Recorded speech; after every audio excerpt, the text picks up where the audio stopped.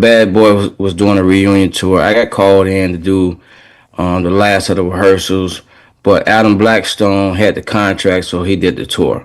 So that was the first time. I met him also in 2021 in the Malibu house doing some work for this Off the Grid album. 2022 was the writing camp. You heard about the writing camp, correct? Yes. Well, there was hundreds, probably close to thousands of music producers and artists who were in and out of that studio within that time. What do you do? So, that was another question I've also saw come up. Do you write? Do you produce? Or are you like, what's your role in the music creation process? I'm a one-stop shop. Okay, so you write, produce, and engineer. Yeah, I engineer myself. Okay. You know what I'm saying? I don't go, like, nobody's never paid me to sit in to be an engineer in those sessions like that. Like, I don't even market myself as that. That's a disgrace. It's like having Prince being an engineer. You know what I'm saying? Okay. So I play 13 instruments. I'm just fluent inside of Fruity Loops, Pro Tools, Logic, and Ableton. You know what I'm saying? So I pretty much, and I'm 39, man. I came up as a musician. I started recording when I was 13. So by that time, we were still recording to tape, little stuff like that. So I know the studio, like, from in and out. Outside of that, I've built a studio myself, you know what I'm saying, as a carpenter. So it's a one-stop shop. So with that being said, during the writing camp, my role was just so necessary because everything that was missing was me. You know what I'm saying? And I'm told they was trying to move this album forward in so many directions, for so long. It didn't happen until I came in the picture. However, the album also 100% changed the minute I got in the picture. You know what I'm saying? Song selection, the whole 9 yards. So that's when I met him. You know what I'm saying? Okay. So you met him at a writing camp. So that's pretty much just straight business, right? What about you that took to him to say, hey, I need this guy around. I need him in the process. It later on, you basically allege that you're working in the studio in his home at 2 Star Island, right? Yeah. So I'm very organized when it comes down to files, having specific versions of songs, etc. So it was a song on his album that I worked on. What happened was he had somebody else who was dealing directly with him. And this guy just lacked basic administration. He would come to the producers, bring us certain things like, yo, Puff wants this, he wants this, this, we'll do it. And then what happens is he'll be the one playing it to him. What happened, Puff asked for a specific version that nobody had that I had. You know what I'm saying? And I just watched the guy just burn in front of me. And I had to pull him to the side like, bro, you're going to have to let me, you know what I'm saying, deal with this because this is about to be over. And it was. They kicked this whole album. They kicked us out the studio. Puff was done with the album. You know what I'm saying? And I worked with his management and we started working on Mableton. That's in Beverly Hills. So we just started working on the album at that rate. So it was a song, the Justin Bieber song, that Puff wanted to crack. He wanted it to feel more like Can't Help It by Michael Jackson, etc. I did five versions to that song. And what happened was Puff came into the studio. Management had me to hit play on the record. I hit play on the record. He danced for like 2 hours on the floor. Puff's just dancing. He's dancing. Finally cracked the code. Nobody could crack the code in terms of what he was asking for at that specific time. And so I cracked the code. Not to cut you off, be knowledgeable of how Puff has been. Everybody knows notoriously I don't write rhymes, I just write checks. But he also, like, when it comes to production, he's been known for the hit makers. He has an ear for talented producers who could kind of create sonically what he needs. Did you feel like he saw that in you, like, hey, listen, Lil Rod could get what I need, and like these other guys who, if I tell them they can't do nothing but play the song. They can't really just change it on the fly. They're not my type of, people I would want to work with. Well, yeah, it was that. It was also, you know, without bashing anybody, like I ran into some pretty cool people, and I would rather keep the relationship good. But what it was is it was something attached to the 2 track with the vocals that was stopping everyone from cracking the code. So I early on started dealing with AI. So I was able Really? to What year was this? this I started dealing with AI probably in 2021. I was kind of like fucking with it, but on the low, hadn't really figured it out. Yeah. Okay. In 2022, I was able to successfully remove um, the instrumentation from Justin Bieber's vocals, and then at that rate, I went in and started fresh, and that's what made him start dancing. And so, with that being said, he was like, "Yo, put me in the studio with this guy." At that rate, Puff realized that first of all, it's a lot happened before that. You know what I'm saying? Like Tory Lanez, for example. There's a song that we were sampling from Aaliyah, and it's not out by the way. But we were working on that song, and Puff was like, "Yo, can you put a bridge on it?" And then he like, "Do you know what?" He asked me, "Say, do you know what a bridge is?" Now, I mean, you may not know, but any musician that's listening to this knows that I don't want to call myself a musical genius, but I have a very, very heavy musical background. So I'm well aware of that. I know music theory. I know song structure, Are you etc. classically trained either to either play the piano or at least the theory behind music? Even when it comes to like engineering, right? Yeah, Okay. so he was figuring me out just to kind of see, and pretty much everything that he put in front of me, I delivered. You know what I'm Hmm. saying? And so, and just to be quite honest, I might get a little ass. I don't care, but a lot of people in those rooms were yes men. I was pretty much the only person like having my own opinion. You know what I'm saying? Fighting for my own rights. When everybody's saying they want to do this, you know what I'm saying? I had people come in and tell me that my versions of a song was so dope and they dance to it. The minute Puff come in, they vote the other way. Mm. You know what I'm saying? So the thing is, he's a smart guy. He was able to sense that, and I'm feeling like, as time go by, he for sure had me in there to have a different traction from the whole guys, a different approach, and also he knew that I was very very neat, and I delivered. Okay, so you're working on music. It looks like Diddy's he's realizing your talent, but it feels like there's starting to be some severe red flags. And this is how I interpret it. And I went through the lawsuit, so you have to correct me about the timing.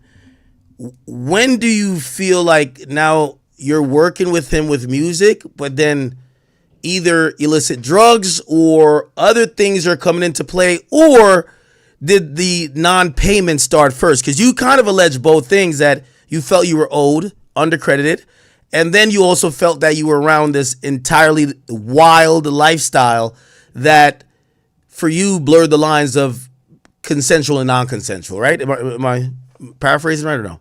Listen, without talking specifically about an ongoing case, I'll just say this type of things happen a lot in the music industry. We're in the studio, there's drugs. We're in the studio, somebody's in the back bathroom doing something together. You know what I'm saying? Somebody walk in, there's guns, etc. This is just, and that's a normal day. You know what I'm saying? Now, a lot of things that I've mentioned inside of my lawsuit is not normal. You know what I'm saying? But I don't really want to focus this meeting about my case in particular, because it's still active. You know what I'm saying? Yeah. We don't have to get necessarily into the case, but there are certain allegations that I think are the foundation and kind of integral to Diddy being indicted. And obviously, we saw the verdict, so we're gonna touch on those. We're not gonna get too much into everything that you're alleging that you're trying to get paid for, right? Well, let me ask this question, and hopefully you could ask this question. You filed a civil suit. this is a common question that we constantly hear now. Why, if some of these things were happening that you felt uncomfortable with, why never alert authorities, and why never, you're kind of a whistleblower in terms of the civil suit. Why not go to the police? Again, these are, if that's the case, I'm going to the police on a daily basis in terms of some of the things that are happening inside of the studio. All right.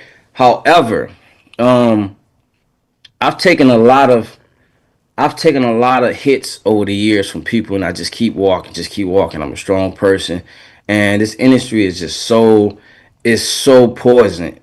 And the reality is, if people are not fucking you over backwards, excuse my French, you know what I'm saying, they don't want to work with you. However, I had enough, you know what I'm saying, and that was a last string between Puff and I. That was just like, okay, this is it. You know what I'm saying? My kids got it. Describe the moment or the instance or incident where, again, a working relationship. I know you're being a little bit vague about it, but you're saying these things are happening, but you're kind of chalking it up to it's kind of somewhat regular if you're working in the studio. What becomes the last straw that you're like, yo, I can't rock with this guy anymore. I got to walk away. What was that?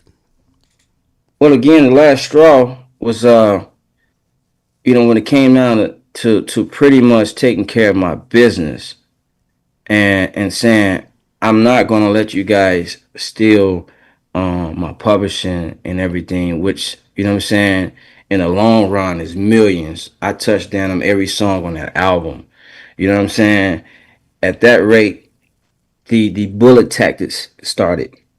And the last straw, they flipped somebody on my team. I'm not gonna say who it is. This was You know what Love I'm Album, right? Love Album. saying? Yeah, so they flipped somebody on my team, and then they also threatened my kids. They threatened me. You know what I'm saying? At this rate, it was over. It's like I went to every attorney just trying to handle this from a business standpoint. You know what I'm saying? And How much did without, and I don't know if you could be honest about that. How much did they take all your publishing? How oh much did you receive as compensation versus how much were you either expecting or verbally had agreed with them that you should have got? I received nothing towards the production. If anything, I got reimbursements back for money spent or money I was getting ready to lose over here. For example, at the time I was with Music Soul Child, and let's just say on a Saturday, I'm getting ready to go out with music, but on Friday before, Puff was like, "No, I need you to stay around." I was like, "Well, I'm about to miss this right here. If you guys are gonna hold me back, then I need to get that." So I received some sort of payments in terms of reimbursement for that, or if I was there ordering Uber Eats or picked up a rental car or a hotel expense, something like that. But nothing actually towards the production aspect. And they were trying to give me zero publishing. Zero. You know what I'm saying? Stevie J spoke about that, and he claimed that your contribution to the album was none of what you alleged in the indictment, or not indictment, the civil lawsuit, and basically said you were almost like a glorified engineer that's now trying to take more than enough credit for work that was really done in the studio. You've never really responded to that, but what is your response to Stevie J saying that, you're trying to act like you're a musical maestro, but you just equalized a couple of tracks and that's it. It's so much I want to say. I don't even know where to start, bro. Like, he just needs to go find him another TV show, bro. You know what I'm saying? Yeah, yeah. Like, anybody that knows me, bro, that knows that that's not true. And the sad part is, I really rocked with him. You know what I'm saying? I thought he was a cool dude, man. We broke bread together too many times. And while he's talking like that, Stevie, like before Puff, like Stevie would call me in to help finish a record or do something, because his attention span in the studio is all over the place. You can't get nothing done with Stevie. It sounds like a smooth jazz record. You know what I'm saying? And that's So you were vehemently challenging his idea that you actually had valuable input beyond just pressing a few buttons to engineer. You were producing these records, you were help creating these records, composing these records, because he was minimalizing your contributions, claiming that you were butthurt about maybe some payments, but now you're over exaggerating your input on the entire project. Man, he need to cool it out. He's a victim too. You know what I'm saying? He probably been a victim since the 90s. Stevie, go ahead, bro. Tell your story. You know what I'm saying? What do you mean a victim? Victim of what? Like Just he got his publishing taken? Everything, anything you could think of. You know what I'm saying? He's a victim too. And he just needs to stand up and rock it and own it. You know what I'm saying? Reality is, we was in those rooms. Stevie also felt some type of way because I be the one over there finishing records. He just sitting on the side, and Puff is like really rocking with me. You know what I'm Wait, so saying? Stevie J just sitting on the couch. Like, I Sitting on the thought he side. was the musical guy. No? One time? I thought he was the musical guy. Like, He's a musical guy. He's just not me. okay, He's okay. just not me. You know what I'm saying? Okay, so you running the show. He's sitting over the side, just like he got ADHD. He looking left, looking right. He don't know how to calm down. He on the side just agreeing with everything with Puff saying. He's a yes man. Damn. He's a yes man, period. Oh my You know God. what I'm saying? He's one of the yes men. And he's I always been like that. Oh, okay. We did hear that he used to like be involved in production. I thought that's why Puff kind of like got back with him. But you basically saying he's washed up at this point. You were doing the work. Look, I don't want to cause no smoke with him. You know what I'm saying? The man had a lot of, you know what I'm saying? He done had a lot of things happen to him in the last couple of years. He lost his father, and I'm really trying to respect that, bro. Don't make me go there. You know what I'm saying? No, but we have to go there because you did put in a lawsuit that you saw a videotape of him getting fucked. And he declined it.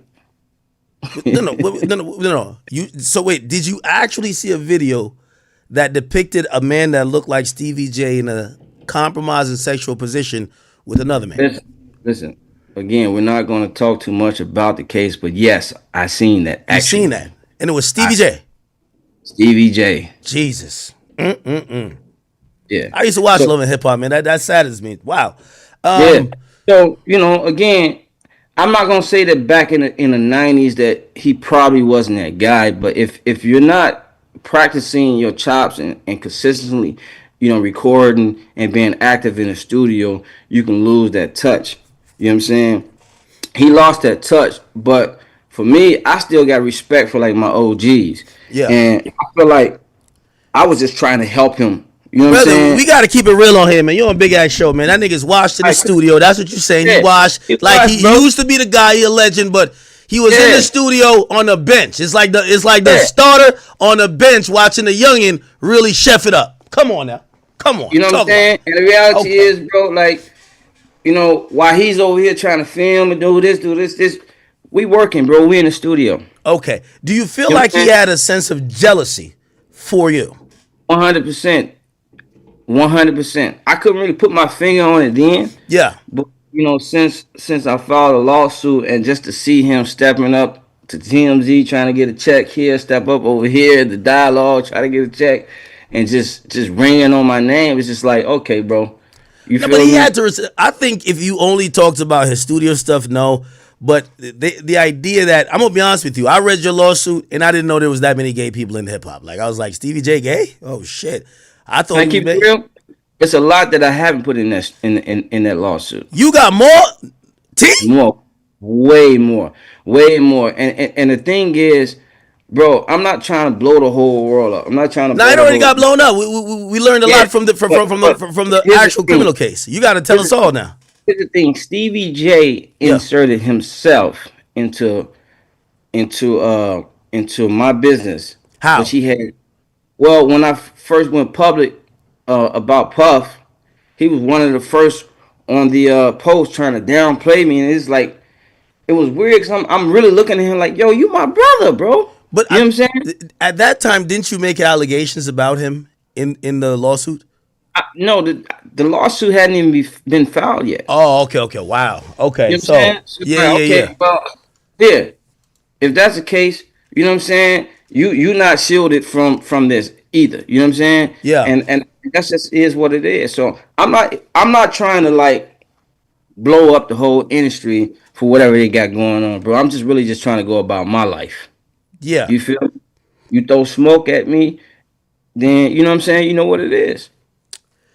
Now, Stevie J, who, by the way, interesting. Now, I never saw him show up to court. I saw you show up to court. Why did you show up to the Diddy trial?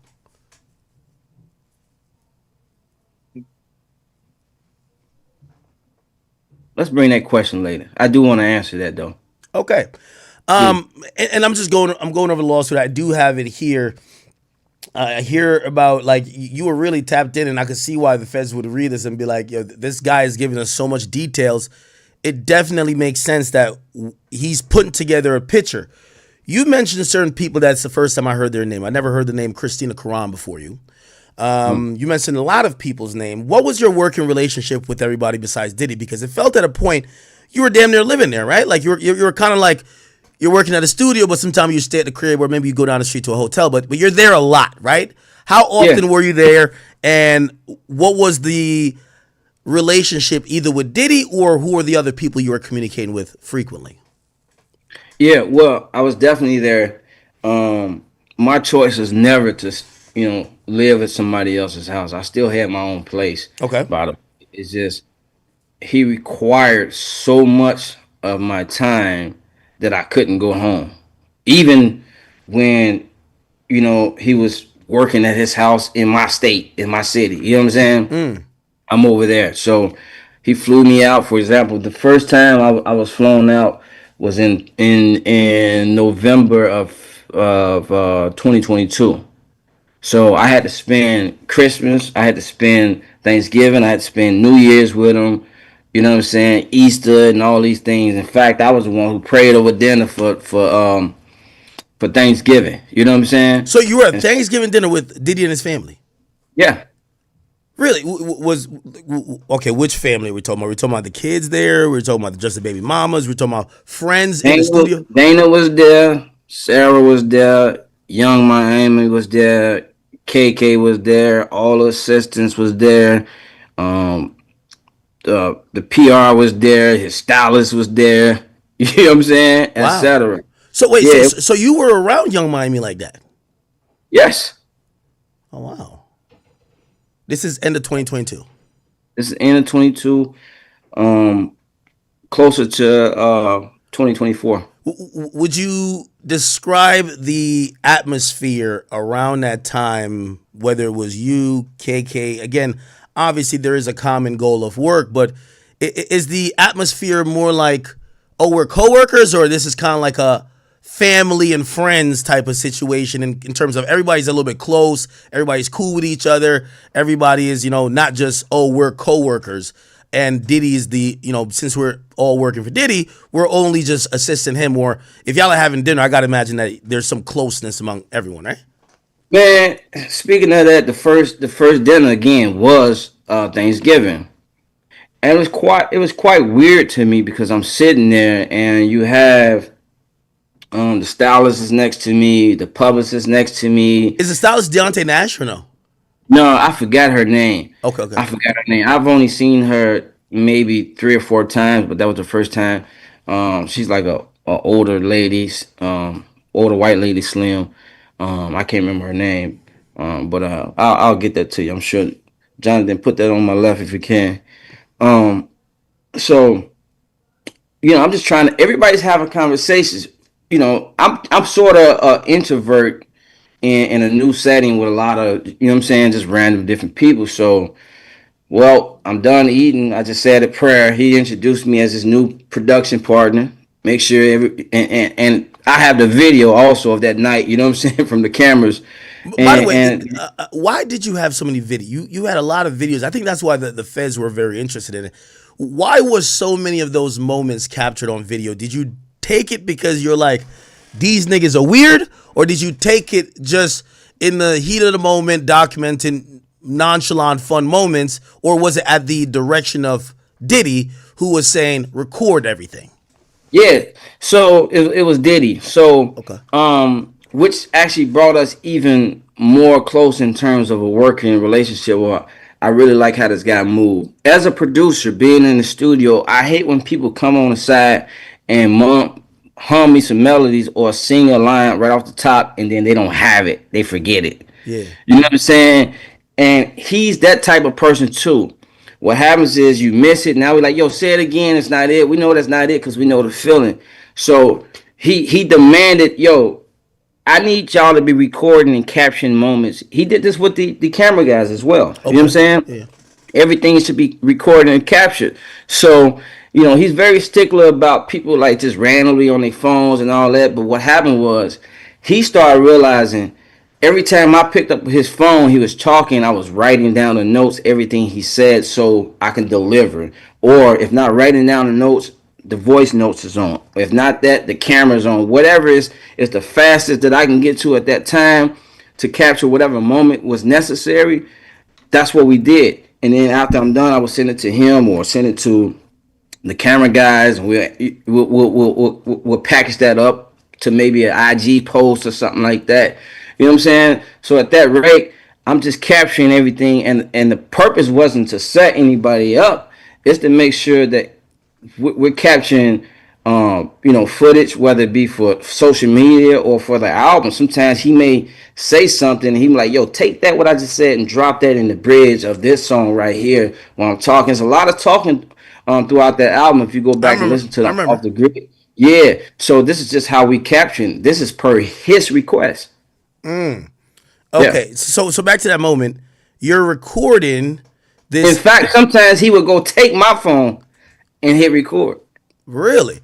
So so Absolutely. so back to that Thanksgiving moment. So you're recording, and what feels odd to you One more time. when you're recording during that Thanksgiving moment? Did you say something was a little bit off? So So I'm not recording at this moment. I'm sitting down. Yeah. We just got finished eating, said prayer, everything like that. And so some time has went by, and I'm just like trying to just, hey, what's your name? What's your name? And just have a regular conversation. And I realized everybody was kind of quiet. The only person who was really talking was him. You know what I'm saying? With his kids, it's not like an open floor like everybody listens to me. It's just casual conversation, but everybody's quiet. It was then that I realized a lot of people are really quiet because everybody's on a non-disclosure agreement. You know what I'm saying? Were you So, I'm sorry? were you at that time? Nah. Okay. Okay. I typically don't even do NDAs, but I still move around in the business like I have an NDA. And most of the people who've worked with me notice that I'm not like never going, yo, I was just in the studio with such and I seen this. Never that guy. You know what I'm saying? I always move. I see stuff and I act like I just don't see it. Even there, you know what I'm saying? I've seen a lot, turn my head, and often played a humble role. The problem is some people, explore that and try to take advantage of the humble role and like it's a weakness and it's a rude awakening later. You know what I'm saying? So at that rate, and I'll just give you a little bit more, but I still feel like we're toting that line of talking about certain facts that I really don't want to talk about. But you know what I'm saying? I decided to then leave. Let me go to the studio, which is across, you know what I'm saying, from in the guest house, which is my comfortable space, and just continue to work on the album. We're in Miami now, you know what I'm saying? So I go over there, and 10 minutes later, Puff comes over with the camera crew.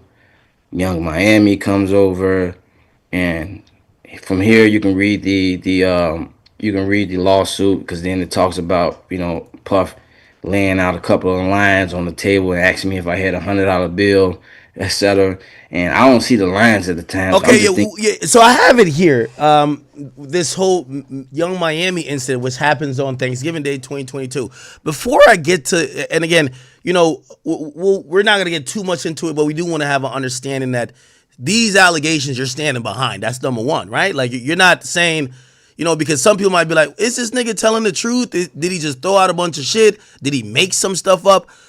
We don't got to get into everything, but I need to make sure you're affirming that that's what you are still saying happened. It's time to double down, bro.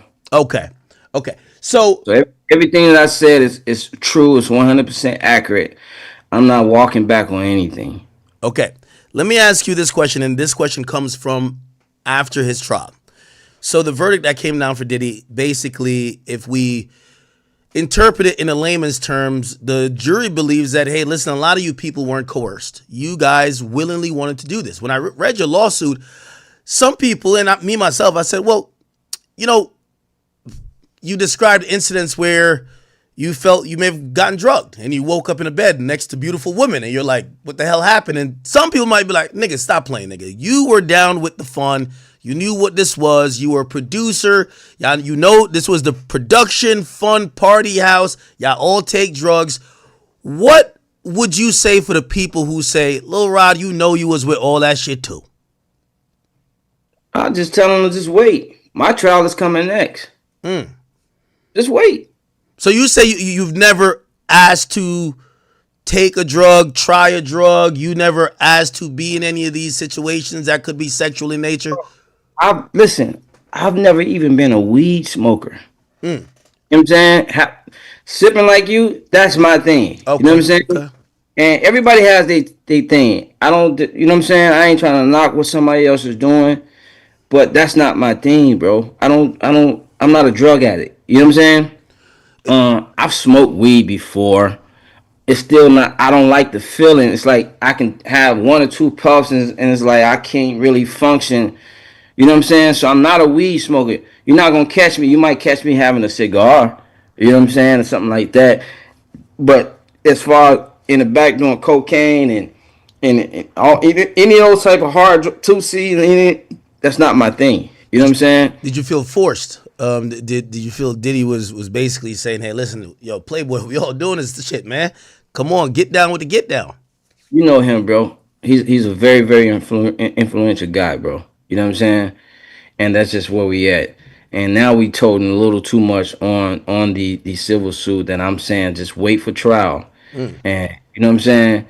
I can't control what goes on in the courtroom that he just had. You know what I'm saying? True. Me and my team have so many questions that we're asking amongst ourselves when it comes down to that. It's a lot of evidence that wasn't brought in the courtroom. I specifically know. You know what I'm saying? It's a lot of people. Let me ask this question. You know what I'm saying? And I'm gonna ask you that question. It's coming up. But again, about the incident, I won't ask you about the incident, but I want to ask you in what you think other people thought. So when I read that incident about that happened the night of Thanksgiving, I'll reiterate. You don't have to comment on it. He alleges that they kind of I guess the people get lit. And Young Miami Cousin basically approaches you in a sexual way, and in a sexual way start giving you fellatio, something you had not requested or even wanted to participate in. And despite your rejection, things happen. Now, what I wanted to ask you, not about that incident, but about everybody's state of mind, because it's also like within the trial we just seen, we're wondering why nobody stopped it. Why do you think Young Miami herself didn't be like, she brought her cousin there, be like, hey, cuz, you're a little bit out of it right now. Chill. Let's go back here. Diddy, who, if you said you left the main room to go to the studio to work and he comes over there, obviously I would believe to work. Why didn't he say, yo, she's distracting from what we here for? Yo, come on, y'all get out of here with that bullshit. Why do you think no one stepped in and intervened? Well, because he set it up. And I didn't know that at the time. You think he set it up to watch you? I think, man, it's so much, bro. I'm gonna try to break this down. You know, it's so much, bro. All right. So first of all, this, I don't even know her name. You know what I'm saying? When Young Miami's cousin, right? Yeah, she first came in. I was just saying hello. She didn't even really want to speak. The way she came off as if my hello was trying to like a flirt. Yeah, but I'm just really saying hi. What people don't understand is I typically don't mix business with pleasure. Okay. And I have a certain level of respect and morals that my family has taught me. For example, I'm not trying to have sex in another man's house. Ooh. You know what I'm saying? I'm not trying to have sex in another man's property whether it's a studio, etc. I'm a grown man. I'm That's not 19. respect. That's respect. I like that. I That's can take respect. her around the corner to my hotel. We can get. I can go to my house. That's just how I am. So when this happened, Puff. What happened was this was at the end of the night. Puff took me on Miami and went to the main house. But what happened was she was sitting there that whole night watching. So she observes like, damn, okay, he's not a weak one in his room. He's sitting in a chair. Puff is asking for certain things. He's doing that. Or he's telling Puff what to do. We're going back and we're talking So about she the came through a third wheel, and then she said, "I gotta start choosing." She sees you moving See and me. grooving. You here, you there, I you there, understand, bro. and then she's Yeah. like, "Oh, he kind of one of them guys. He Exactly. important." She trying to get on. She see her cousin over there. It's like the Right. third. Okay, bet I got Now, it. but here's another thing that's left out. Yeah. Maybe it's not left out. But what happened was, at this rate, I started talking to somebody else. Really wasn't trying to get into nothing, but we was vibing cool. I got her number. You were So I'm talking to like, another okay. woman at this point. Yeah. So, I'm like, so the okay. honeys were in the building. Yeah. You know what I'm Okay. saying? So at that rate, I'm like, all right, cool. Maybe I'll text her a couple of days later when we gone and maybe take her out to lunch. You know what I'm saying? We can go from there. And so what happened was when Puff left with Young Miami to go in the house, I went in the bathroom. Meanwhile, Yeah. there's hookah, there's drinks. Obviously, there's cocaine because Yeah. Puff went in there, did some, and Young Miami went in there a couple of times. Now, with Young him. Miami said she never did no cocaine, brother. I'm gonna be honest with you. I ain't trying to go on. I'm not trying to pick Oh, she no. lying. I said what I said, and I'm moving. You know That's what I'm that saying? Dade County shit, man. No, she did. No, she said she do Tusi. Tusi. She not- do. not- Well, it's like the same thing, ain't it? I don't know. I don't take drugs, brother. I just drink. I just drink. I don't know what's going on.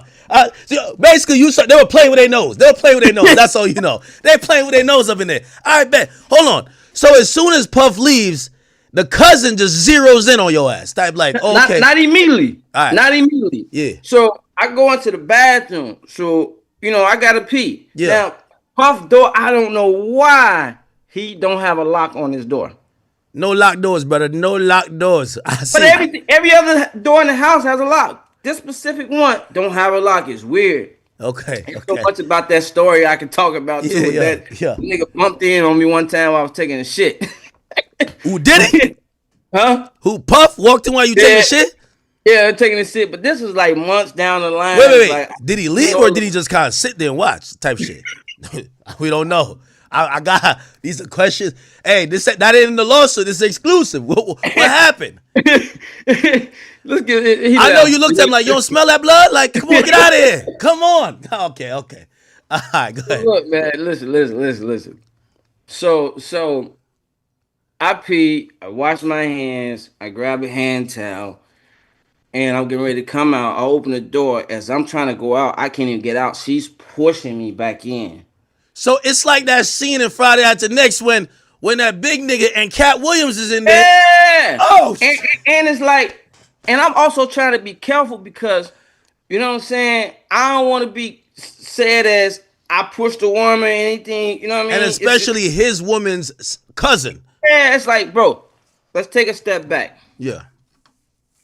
Understand that I felt at the time that this album was going to be a game changer album.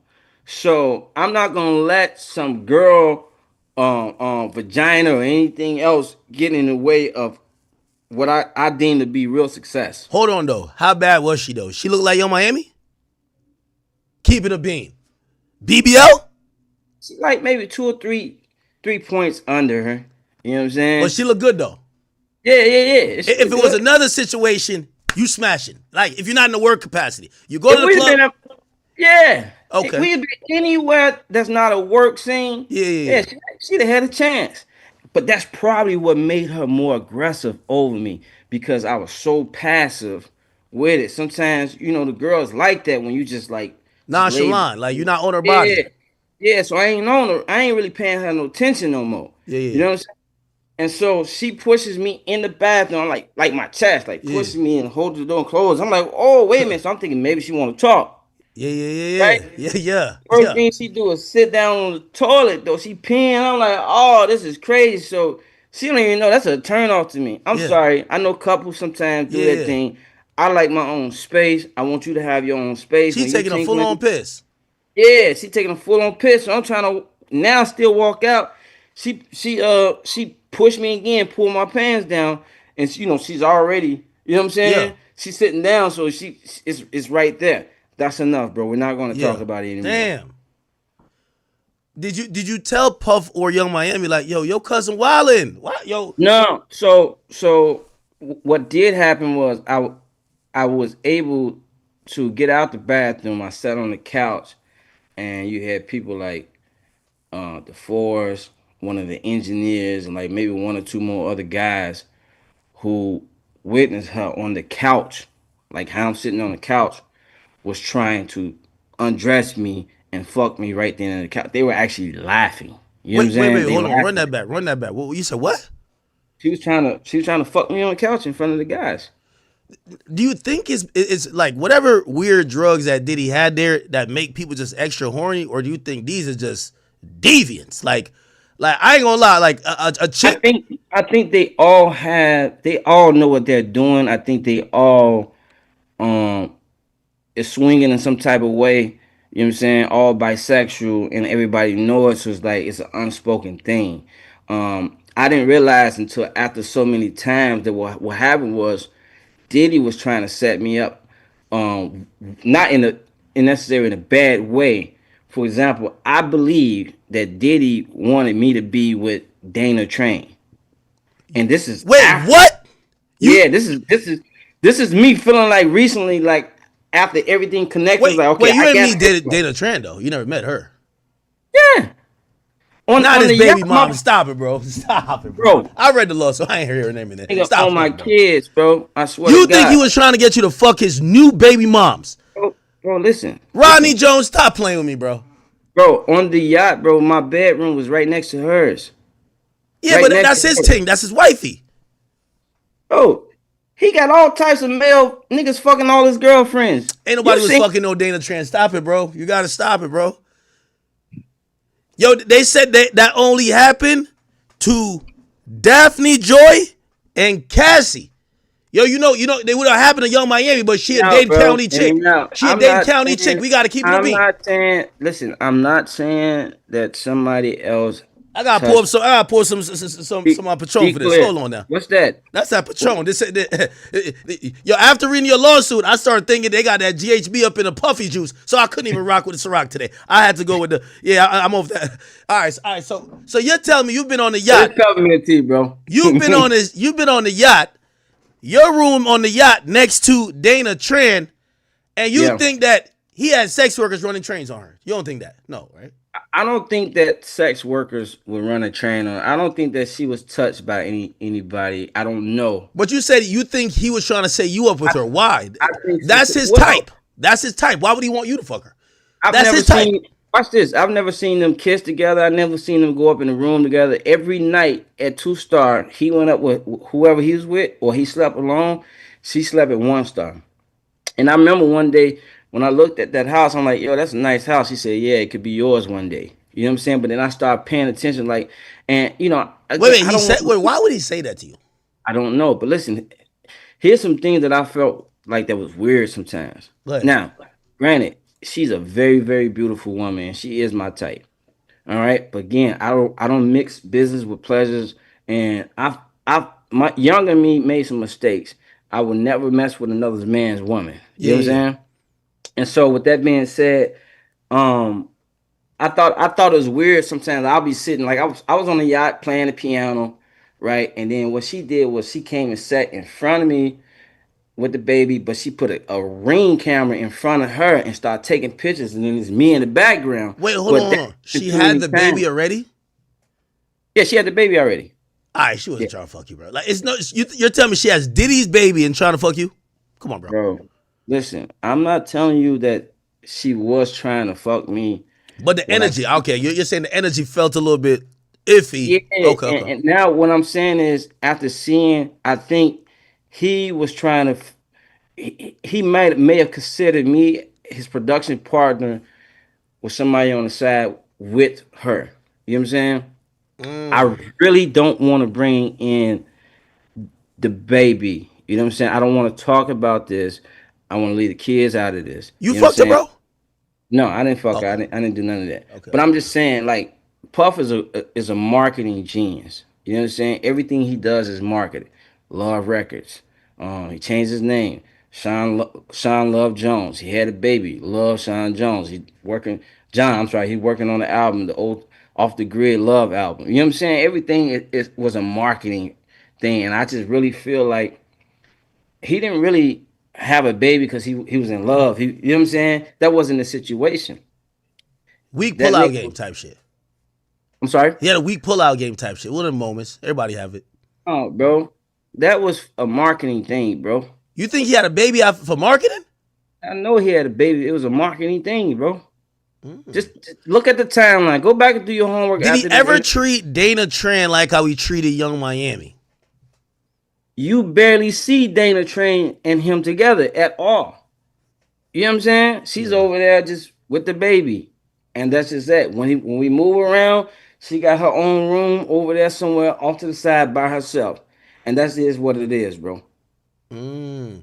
Hey, That's just what it is. when Diddy said to you, yo, that could be your house one day, is that what you meant when you included in the lawsuit that he had offered you the house?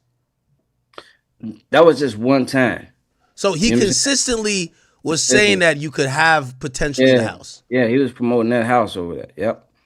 In So what that's what I'm context like. would he say it in other times? That's what I'm like stepping back and looking at what I already have and what I already know, and then seeing what I didn't know. I'm like, oh man, he was also probably trying to groom me to be over there. You know what I'm saying? And find a specific man for for her, and it's probably how he can continue to control everything. You know what I'm saying? Again, this is not. This is all right. This is speculation. It's fine. We could say Yeah, so. So you're yeah, thinking that Diddy, in his mind, he's down to just have somebody he kind of trusts go fuck her and be her companion over there, but he knows it's gonna keep her in a certain way close enough to him, but also loyal to him that he ain't got nothing to worry about. And he was potentially looking at you. correct. Hey, as I'm going down through the lawsuit, it said that one day you woke up naked, dizzy, and confused. You We off was, the lawsuit, bro. huh? We off the lawsuit. No, hold on. I got it because this part don't. This sound like y'all were having a two man. I ain't gonna lie to you, brother. It said you woke up. It was two chicks and Diddy in the bed. It was you, a girl, and he had a girl. Like y'all was doing tag team switcheroo. Come on, brother. Like that don't seem like, brother. That don't seem like. In certain situations where nobody is inebriated, they're making sound decisions. That might be a lit night. I know some people that be doing that. That's a two Wow. man right there. That's a two man. That's a two man. You know that. Two Wow, man at man. 2-Star Island. Stop playing. The two man at 2-Star Island. What I appreciate was I that? Was appreciate that the a laugh. regular You're going thing? too proud, bro. Was One more was, was time. was things like that a regular thing? And how would you process those sexual encounters? How would you process it like the day? Because you have to go to work. Again, trial. Trial. But you're saying that did happen though, right? Everything that I said that's inside of that lawsuit happened, bro. I do have one question, and you could say no comment to, but I gotta ask it because when I read the lawsuit, I did say this. In the lawsuit, and by the way, everything was vetted by your lawyer Tyrone Blackburn, right? I'm sorry, one more time. Everything in the lawsuit was vetted by Tyrone Blackburn, right? Correct. You took pictures of the women laying there, and I said, that's what girls would do, or if a guy was doing it, that's to tell your niggas like, yo, I was fucking these bad bitches last night. If those were non-consensual moments for you, why did you take those pictures? Bro, if you waking up and again, this is lawsuit, bro. No. If I'm you, not. I'm just trying to get you. It's not even about. We don't got to talk about the actual evidence. I'm talking but you, about. It's a man thing. I want to understand I you as hear a you, man. but we can't keep toting that line, bro. You know what I'm saying? I'll just tell you, let's remove from that situation. If you were in a situation and then all of a sudden you know you all you remember you were here, but now you're here and all this is surrounding you, may capture that moment just so you don't forget this because you may end up here too and forget that as well. You know what I'm saying? Okay. So you were just memorializing it. You were just Yeah. documenting I- it. I'm not saying I am. I'm just telling you, if it was you, you have to put yourself in somebody's shoes, bro. Okay. You know what I'm saying? And What? I know how extravagant um all these things sound in a lawsuit, but you gotta also understand, like, bro, these are the type of actions when you working for somebody who's essentially a gatekeeper in the music industry, bro. Did you feel scared? I'm sorry, Did you feel scared to speak up at that time because you never went to the police? bro. You know what we're not talking about is I had to relocate. I haven't used a phone since before I filed a lawsuit. Um, and if I went places, I had to take security. We're not talking about my kids being um, threatened, my baby mom being followed, my management being followed. Wait, is this after the lawsuit's been filed? Yeah, This is this before Diddy was incarcerated or after? It's no way because still afterwards, my manager says that sometimes he come out his tires flat or people like follow him the whole 9 yards, and so I'm hard to find because I just went ghost. I didn't talk to nobody, and I just went ghost. You know what I'm saying? And during that time, I couldn't even see my kids. You know what I'm saying? yeah. And so we're not talking about that. We're not talking about the fact that four it took four therapists just to bring me to. We laughing about this right now. You know what I'm saying? And the truth is, some of the stuff the reason why it's probably easy for me to laugh about some of this right now is because my therapist, you know, have been making me focus on only positive things, not to think about negative.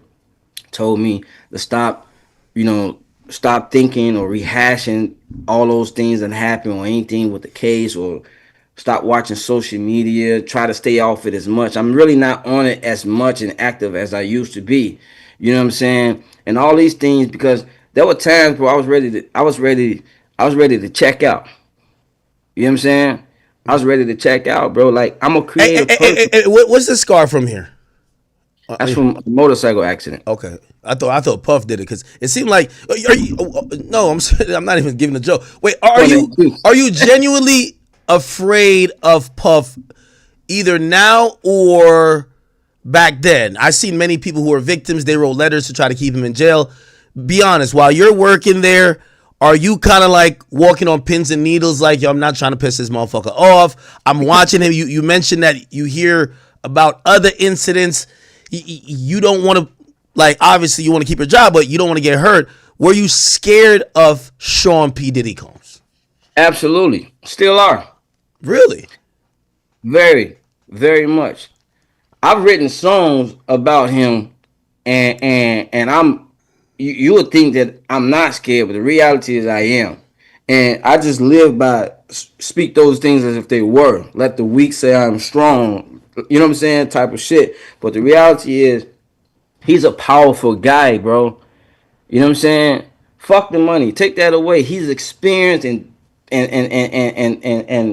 connected with so many people who know somebody who knows this, and he's been doing this shit for over 3 decades, bro. He's a powerful guy, bro. How the hell did he flip somebody on my team? You know what I'm saying? Did you like, even watching everything that's happening now? Are you worried that he didn't get found guilty of RICO? By the way, I believe you were the first person who alleged a civil racketeering enterprise, but he wasn't convicted of that. Essentially, he could be out in a year or two. Is that the reason why you even went to rehab? Because you were scared? I'm wondering, why did you go to rehab? Yeah, bro. There was too many nights, too many dreams that I would be looking right out that back window or that back door. I just felt like, and I probably shouldn't say it. I just felt like Fahim was out there with a sniper. You Really? know what I'm saying? Yeah. Who's Fahim? You got to break it because he didn't show up to trial. Who's Fahim? Break it down for us. Showed up the last 3 or 4 days. He did show up. You know?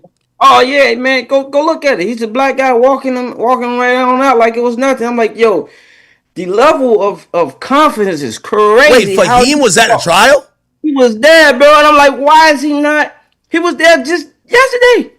Really? He Wait, was there hold on. yesterday and the day before. How you know this? Because were you there? You weren't there, though. Right? Bro, it's all over the news, bro. Just pull up any footage of the kids walking out. He walking the family.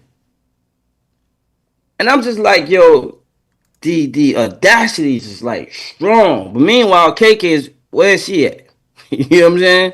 Okay, And so, could you give us the breakdown of your dealings with KK? We've heard so much about her. We hear that she's a Ghislaine Maxwell to Diddy's Jeffrey Epstein, if you want to believe that theory. We hear she's a chief of staff. We hear she facilitates and help everything go down, and pretty much nothing happens without either her approval or her being right next to Puff kind of deliberating on it. What was your experience with KK, which is her real name is Christina Karam? What was your... she was posing as the chief of staff, but she was so much more. It's all of those that you just said. Do you think Diddy was fucking her? That was always a thought. Supposedly she lives in the house with him. They testify that she lives in the house with him. I think he fucked her, but Diddy like his women to be perfect, and she got this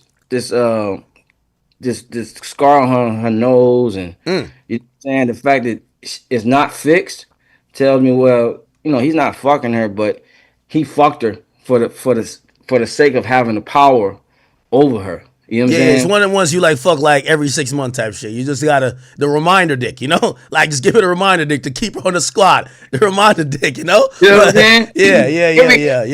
Everywhere he went, she was there. Yeah. She was everywhere. Do you feel like she was had an undying loyalty towards him? Yeah. So, for example, like, which is weird to me, on the yacht.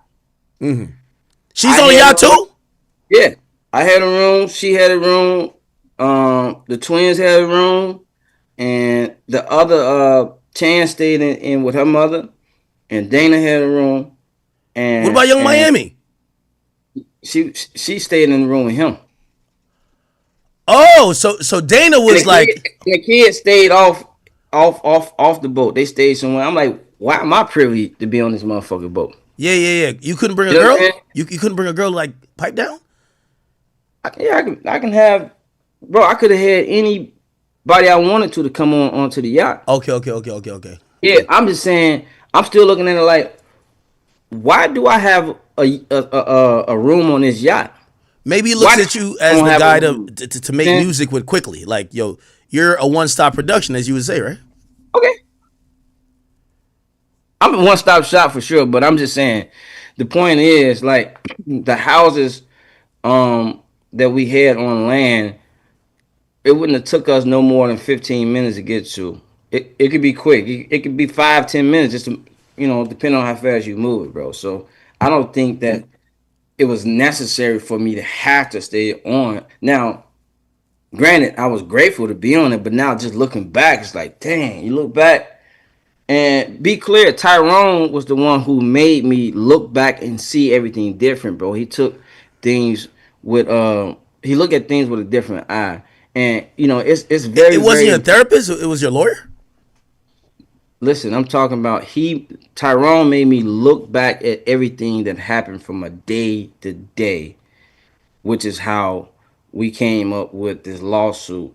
Because, you know, I don't live in the legal realm knowing that if you do this or do that, this is illegal, you know that. You know, we know some things, obviously, like, you know, if you punch somebody, you know, you can go to jail for that. That's assault. But it's a lot of things I don't know. So I went with him from day one. All right, this is what happened. This is what happened. This is what happened. This is what happened. This is what happened. He's like, you have a lawsuit. This is a different lawsuit. Hey, as we speak about that, in the lawsuit, as I read it, you open yourself up to some criminal exposure. And then I do want to talk about you meeting with the feds, because here's the thing. You basically admitted that you were soliciting prostitutes, or basically prostitutes, at Booby Trap for Diddy, right? Like, you under his direction, but you went there, said, we got some bread for y'all. Y'all come back. Anything that's mentioned in a lawsuit is what they call an admission of guilt. Okay. You know what I'm saying? And so when I sat down with the feds to talk about that. Let's set the stage. How did the feds contact you? Did they show up to your door? Did they tell your lawyer? How did that initial thing happen? And through your publicist, I heard you met with them 5 times. Detail this entire process for me. Yeah. So they reach out to the attorney. You know what I'm saying? And then, of course, we set up a time and a place. And that day, the time and the place, was, for example, was supposed to be maybe a Tuesday for 4 hours. And that went on from a full day Tuesday, a full day Wednesday, a full day Thursday, and a full day Friday. You know what I'm saying? And it was just because it was so much that they had to go through. Were you clear with what they were trying to get? Like, because, you know, we've now known that they were trying to at least proceed with an investigation, but what they used you for was the substance of a affidavit and an application for a search warrant, which did get granted, which they in fact did do a raid and a search on 2 Star Island. Did you know that that's what they were trying to do? Were they asking you a certain question like, bro, but where the fuck is the baby oil though? Now, so what question? Like, yo, bro, fuck what you talking about. We don't want to know where the piano's at. Where the Astroglide at, gang? What were they asking you, bro? We got to figure it out. Well, here's the thing: it's illegal. But let me take a different approach. Come on, man. You gotta give it up raw, man. You a big act, man. Come on, man. Pause. You gotta come on, man. What the fuck were they asking you, man? You gotta double down. You told me you're gonna double down. Don't start backtracking now. We not talking about the case. We talking about the fair shit now. They pretty much asked me about everything within the scope of the lawsuit, but while I'm in agreement, I had to just give him everything else, especially if my hand was in some things unknowingly that I could be incriminated. It's like, bro, you got one chance now to tell everything. Did they give you any immunity? Yeah, I had immunity for whatever you told in that session. It was a proffered admission of guilt. That's what I'm saying. Okay. Admission of guilt was like, bang, bang, bang. Look, this is what happened. This is what happened. This is what happens. So you either possessing drugs or whatever. Like you're cleared for that as long as you admit that. Hey, I was doing it for him, and you told them, and you were truthful then. Yeah. Okay. Yeah. Okay. Did you tell them where the baby oil was, bro? Be honest. Listen, I told them everything. So you knew where the baby oil was stored. Bro, baby oil is just a small piece of everything else that never seen a day of light in court. So tell me what you told them. You told me the guns is at. Was it there? It was. They got it. So did you tell them? Did I tell them about the drug mule? I told them about the fanny pack. Okay, but did you tell them location? Because again, I have seen all the exhibits. They found. I took a piece of paper. Yes, you drew it.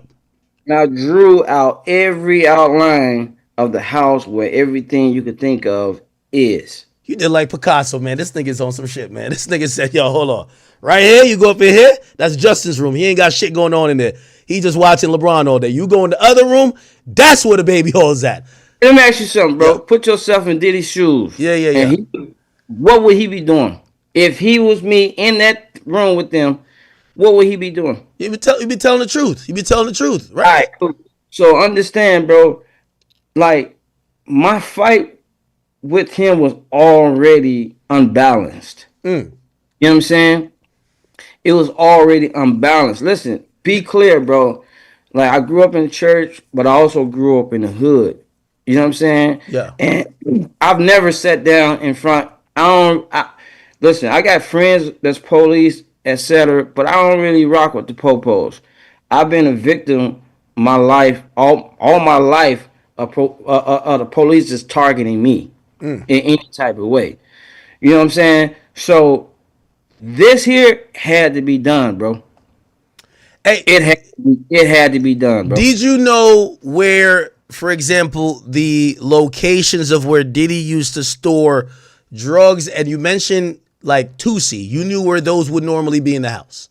Bro, if you went to his house right now, let's just say all this wasn't happening. All right, so if I go to Star Island, where could I get to the Tusi draw? Where? If you go to his house, they're going to ask you, what are you here for? I'm here to make some music. If I go to his house, okay, they're gonna buzz me in. Okay. And if you come to the house and you standing outside, I'm gonna say yes, he's cool. Let academics in. Oh, so you had That's access. that's the type of assets that I had in that house. All of the houses, all the properties, bro. You know what I'm saying? So while Stevie J want to say, "Oh, he's just an engineer," no, bro. Yo, Far from an engineer. You know, He introduced me as his production partner. You know what I'm saying? not gonna lie to you, I did speak to, and I don't know if he'll come on record and say it. I spoke to Brendan Paul. He said Lil Rod snitched on me. He said basically he was doing his thing. He was a former basketball player. He said, why the hell, if Diddy owe you money, why are you bringing up his name, talking about he carried the drugs? He said you a snitch. What do you say to him? I'm gonna bring him on the show. We'll talk about it. What's your relationship with him, or was it your relationship with him? Because you labeled him as a drug mule. The government tried to use him as a drug mule in a trial. Our first day meeting him, he fired himself. He didn't know it, but I saved him. He did something like got into it with one of the camera guys who was there much longer. He was a young guy, so he don't know what he said. It was very, very disrespectful, and he was getting ready to go get fired. And I stepped in, and I settled it down. You know what I'm saying? And what happened was, as time, because speaking to him, like, he was a plant. That's what people. He's not gonna tell you that his manager was some type of connection to Diddy, and once I get it, the same managers. Now, listen, I don't want them coming at me, bro. I ain't got that type of security, but anyway, some managers put Brendan Paul in there. Oh, you think he was a plant? It was for sure a plant. So you don't believe Brendan told me himself. You know what I'm saying? So he's a plant. He put him in there. So why would you think you snitched on him then? Bro, because that's what they're gonna call it when you're sitting across talking to the state or the government. They're gonna call it a snitch. But again, look. Do you think you could have left his name out of it? Because I think he was just saying like, yo, if you got a problem with Puff, why are you going to randomly bring up that I got all the Tusi and I got the pills and I got the fanny pack? The reality is, if he was in that situation, he'd have been doing it too. Okay. You know what I'm saying? Look, let's talk about that. Brendan Paul testified, but also, I've never seen anybody plead guilty so fast to a case. You think he's snitching? He snitched. Oh, man. I'm talking about. You know what I'm saying? Oh, man. You feel me? Nah, he did. His case got resolved mad quick. I'm just the type of person who get somewhere before people. Shit. If I realize this is what it's going to be, then you know what? Go ahead. I shielded a lot of people. I didn't tell or talk about a lot of other things, bro. Hey, why you think Young Miami ain't show up to that goddamn trial, man? If they approached you, Young Miami up in them freak offs. Do you think Young Miami was in a freak off? This is your opinion. This is not. Listen, she mentioned getting peed on. Do you think that? Again, when I mean freak offs, do you think Diddy would have other either sex worker or men penetrate her? Yes. Really? Listen, a Dade County bitch. Bro, I've witnessed. Look, man. Carisha not on that. Real ass bitch give a fuck about a nigga. Look. Allegedly. Yeah. Allegedly. Yeah. That's the good word. Yeah. Allegedly, on the boat, I seen him with Diddy, Young Miami, and Justin, and another girl sleep in the same room all night. Wait, hold on. All right, hold on, Tama. Yeah. You said you seen who and what? Yeah, Justin. This is not the first time. No, wait. Break it. You said on the yacht, you seen who was in the room? Diddy, Justin, Young Miami, and another girl. It might have been two more other girls as well. So Diddy there was running the father, like there was running a LeBron and Bronny play. Oh shit! All the time, bro. So you think Diddy was throwing Young Miami to Justin? Absolutely. Yo, hold that, Just. Damn. Absolutely. Holy shit. Yeah. So it's a win-win for Justin. You know what I'm saying? Man, maybe them Lori Harvey things was true. Nah, no way. You with your own two eyes, allegedly, big word, allegedly. You allegedly saw in the same room Diddy, Young Miami, Justin Combs, another woman. It was another, so it was 4 or 5. I think you said maybe 2 more other women. I think it was two women besides in fact I'm almost 100% sure. That's called a handicap match, man. It's a 2-on-3. You heard what I'm saying? Yeah. It's two niggas and three chicks. Holy, it was getting busy in there. Damn. Because the other two girls, it's not like I seen them all the time. I may have seen them like twice. One girl in particular for sure, but I can't remember if I allegedly seen her go in there. But I do know I seen her and the other girl like hanging around, kissing on the yacht, just you know what I'm saying, like booed up a little bit. Based on what you allegedly experienced and watched, do you believe that they were having a freak off the night before, or maybe a family slumber party? It might be a slumber party, brother. It might be a slumber party. You know what I mean? Drugs, Roasting s'mores. You might be reading, huh? Hey, bro, drugs, alcohol, and loud music, bro. Y'all going in this room at 2, 3 in the morning, coming out the next day 2, 3 in the afternoon. You do the math, allegedly. What type of drugs? Like Tylenol type shit? Like what we talking about? Nah, I don't know what's going on. Move on to the next question. Holy shit. Hey, did I think that when the feds did the raid, they really wanted to find the volume of tapes that would probably involve freak off tapes. In your lawsuit, you spoke about tech guys and people who would be involved in maintaining technology and who might oversee his security system. Did the feds ask you, brother, where could we find the freak off tapes? Tell us where to find it. Where's the room? Where's the control center for the freak off show? Bro, listen, I had so many I had so many freak offs on a hard drive Puff gave me that I didn't even know I had, bro. Nigga, what? Wait. No, you didn't. All right, come on. All right, hold on. No, let's start again. You had videos of freak offs. Did you turn those over to the feds? Listen, they got a copy of everything I had. Why would Puff give you a video of a freak off? Bro, who knows?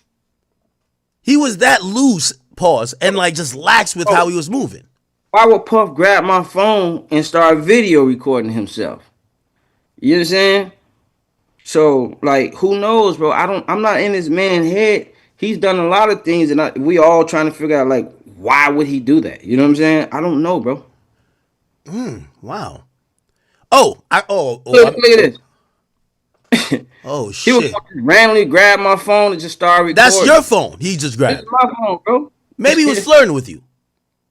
Do you think he like? I think he's bisexual. Do you think he has some attraction for you? Being honest, brother. Oh yeah. But I'm saying I'm not sure what angle you trying to go right now. No. I said attraction. I'm not. Yeah. The next question I was gonna say is I don't think it's nothing that he's not attracted to. I think he's attracted to having the power. Okay. I think he's attracted to controlling everything that's happening and going on at all times. You know what I'm saying? Do you think he overtly tried you? And in those moments, how did you take that? Did you be like, man, nigga, knock it off? Or how did those kind of manifest? Bro, let's get outside the Okay. Let's get outside the civil suit, bro. Hey, hold on. You gotta understand, bro. They've tried everything. They've tried everything in the world to stop all of this from seeing the light, from stopping my suit. They've been attacking my attorney. You know what I'm saying? The mob is on him. Joe, whatever his name is, Fat Joe's attorney, Joe, whatever. Like this whole thing with him mowing down the line, the process server. Yo, what happened like, with that? He didn't even hit him. I was on the phone with him. So I was on FaceTime with him when it went down. And it went like this. It looked as if whoever this person was either trying to mug him or whatever, he jumping all on his car while he's already moving. We got the videotape. You know what I'm saying? So the reality is, listen, while people are looking at Tyrone like whatever type of attorney, understand is that most attorneys are they're not moving with integrity, and everything is about money for them, and they don't really have what it takes to fight this type of fight. Tyrone is a hero. He's taking on a lot of cases pro bono that most people won't take. And he's fighting a fight that he's never fought before. So there are going to be some mistakes in this fight, and sometimes Did he take on your case for free? no, it's not free. It's pro bono. I mean, later Well, on, okay, so, you so know, if I get some money, I'll bust it down. But yeah, you yeah, yeah. haven't, you have never paid him, right? Right. That type of case, you got to take this case on if you believe that this is a real case. If you Or if believe you believe that it's an easy lick, right? not an easy lick, bro. Ain't nothing easy in this world, bro. Hey, It's a fight, and when we talking about Diddy, bro. He's ain't nothing just gonna be. He's not no weak guy, bro. okay, You know so what I'm saying? so again, so Banna in the criminal case, she said that there was details in her civil suit against Diddy that she claimed Tyrone told her to put in there. Is everything in your civil case 100% from you, or did he influence you or tell you to spice some things up? Everything is 100% from me. From your experience and from your knowledge. Yeah. Listen, what I'm hearing is that it's a possibility, allegedly, that Puff got to her. You know what I'm saying? I feel. You think so? Yeah. But listen, I feel with the jurors, I feel like the last day they got tampered with. Really? Why? Why Now, do you think that? bro, listen, I've been around Puff for so long, bro. I played 13 instruments. No one ever sat down and taught me anything. I know how to just watch and learn, bro. And I can play the chess game very, very well, like literally chess. You know what I'm saying? Which is about strategy and just watching how everything moved, bro. And the things that was going on the day before. I really feel like within them 24 hours, somebody got to somebody, bro. And that's just how he moves. He moves like he's the Frank Lucas, or he moves like he's this mob gangster. You know what I'm saying? And Yeah. that's he patterned himself after big gangsters like that, bro. He just moves a certain way, which is why you got to be careful, bro, because you never know. It'll be your sister that he done paid that turned on you. You know what I'm saying? Wow. This is Hey, just how he moves. I've seen too many things, bro, and I know how he moves. hey, and again, I know I want to And I know it sounds like a reach. Everything sounds crazy, but y'all gotta understand, bro. Y'all wouldn't even know he was dealing with Jane Doe had not I told y'all. You know Wait, what I'm did you saying? say it in there? Hold on. You the Huh? first? I'm the first person. It came out of my Oh mouth. shit! Oh damn! You said he bragged about having several women on a monthly stipend. The women who receive these payments are Carisha, Was Jade. that Who's wait, Jade? wait, wait, slow down, slow down. Yeah, Who? Carisha, Young Miami. Right. Did she get money from him? I mean, she got a car. She got a few items. I don't know if she was getting a monthly stipend though. But You can Google it, come up. She was mad about her only receiving 200,000 a month. she was getting 200 grand a month. Bro, Google it, bro. I might What's have to that? fill in the All application. right, That nigga so about to get Carissa, free. what's the next one? Jade Ramey. I don't even know who that is. I'm about to Google it. Okay, let's move forward. She didn't show. She didn't show up in court. So go to the next one. Wait. Was she supposed to show up? Because there's a victim 5 that didn't show up.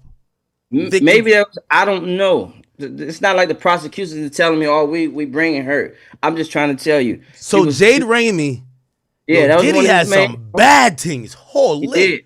Who's the next one? Daphne Joy. Yeah, you were the first to bring her up.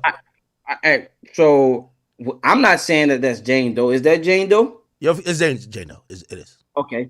All right. So was she on the payroll? She was. So Did hold she- on. Young did she- Miami was hold getting on. Young Miami was getting she say- 200,000 and she was getting 10. I see why she was wilding out.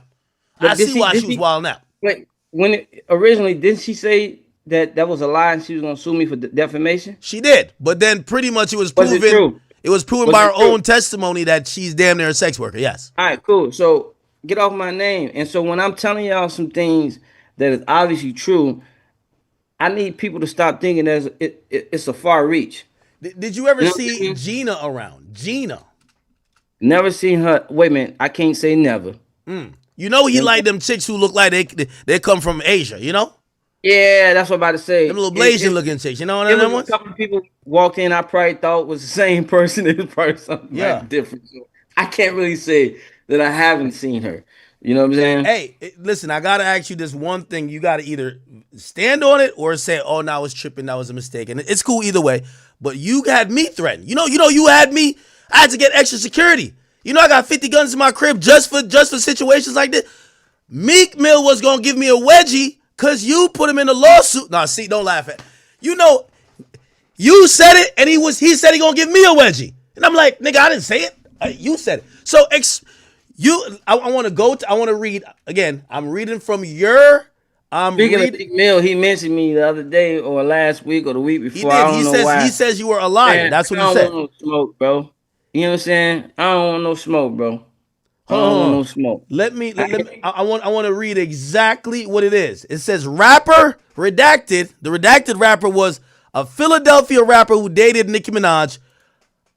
I think a smart, reasonable mind would conclude that's Meek Mill.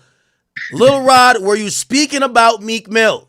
And I'm going to warn you, if you scared of Diddy, you don't want the chasers chasing you down whatever block you at. Meek Mill is on some shit. Listen. He might bunny hop to your house and get you. Stop playing with him. Don't fuck with the chasers. Was it Meek Mill you were referring to? Let's clear his name now.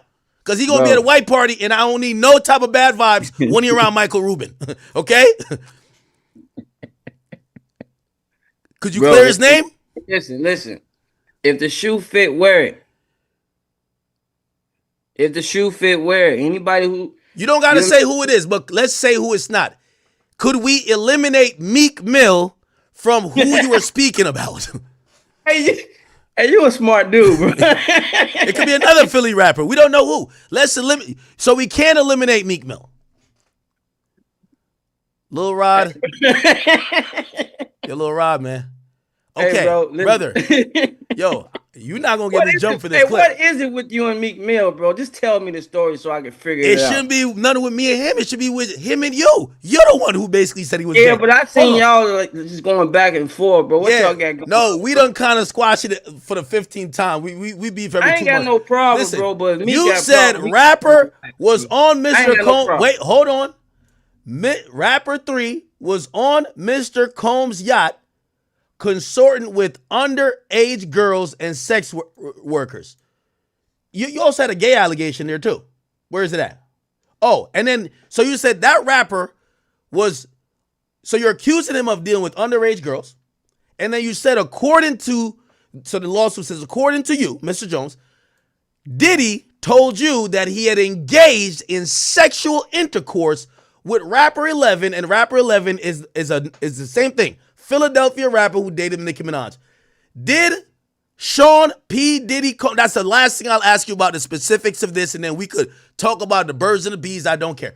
Did Puff Daddy Combs tell you that he had engaged in sexual intercourse with a rapper from Philadelphia who dated Nicki Minaj?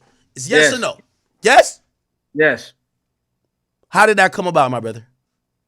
How? Like, it's no way you just drop that in the conversation. Like, by the way, trial.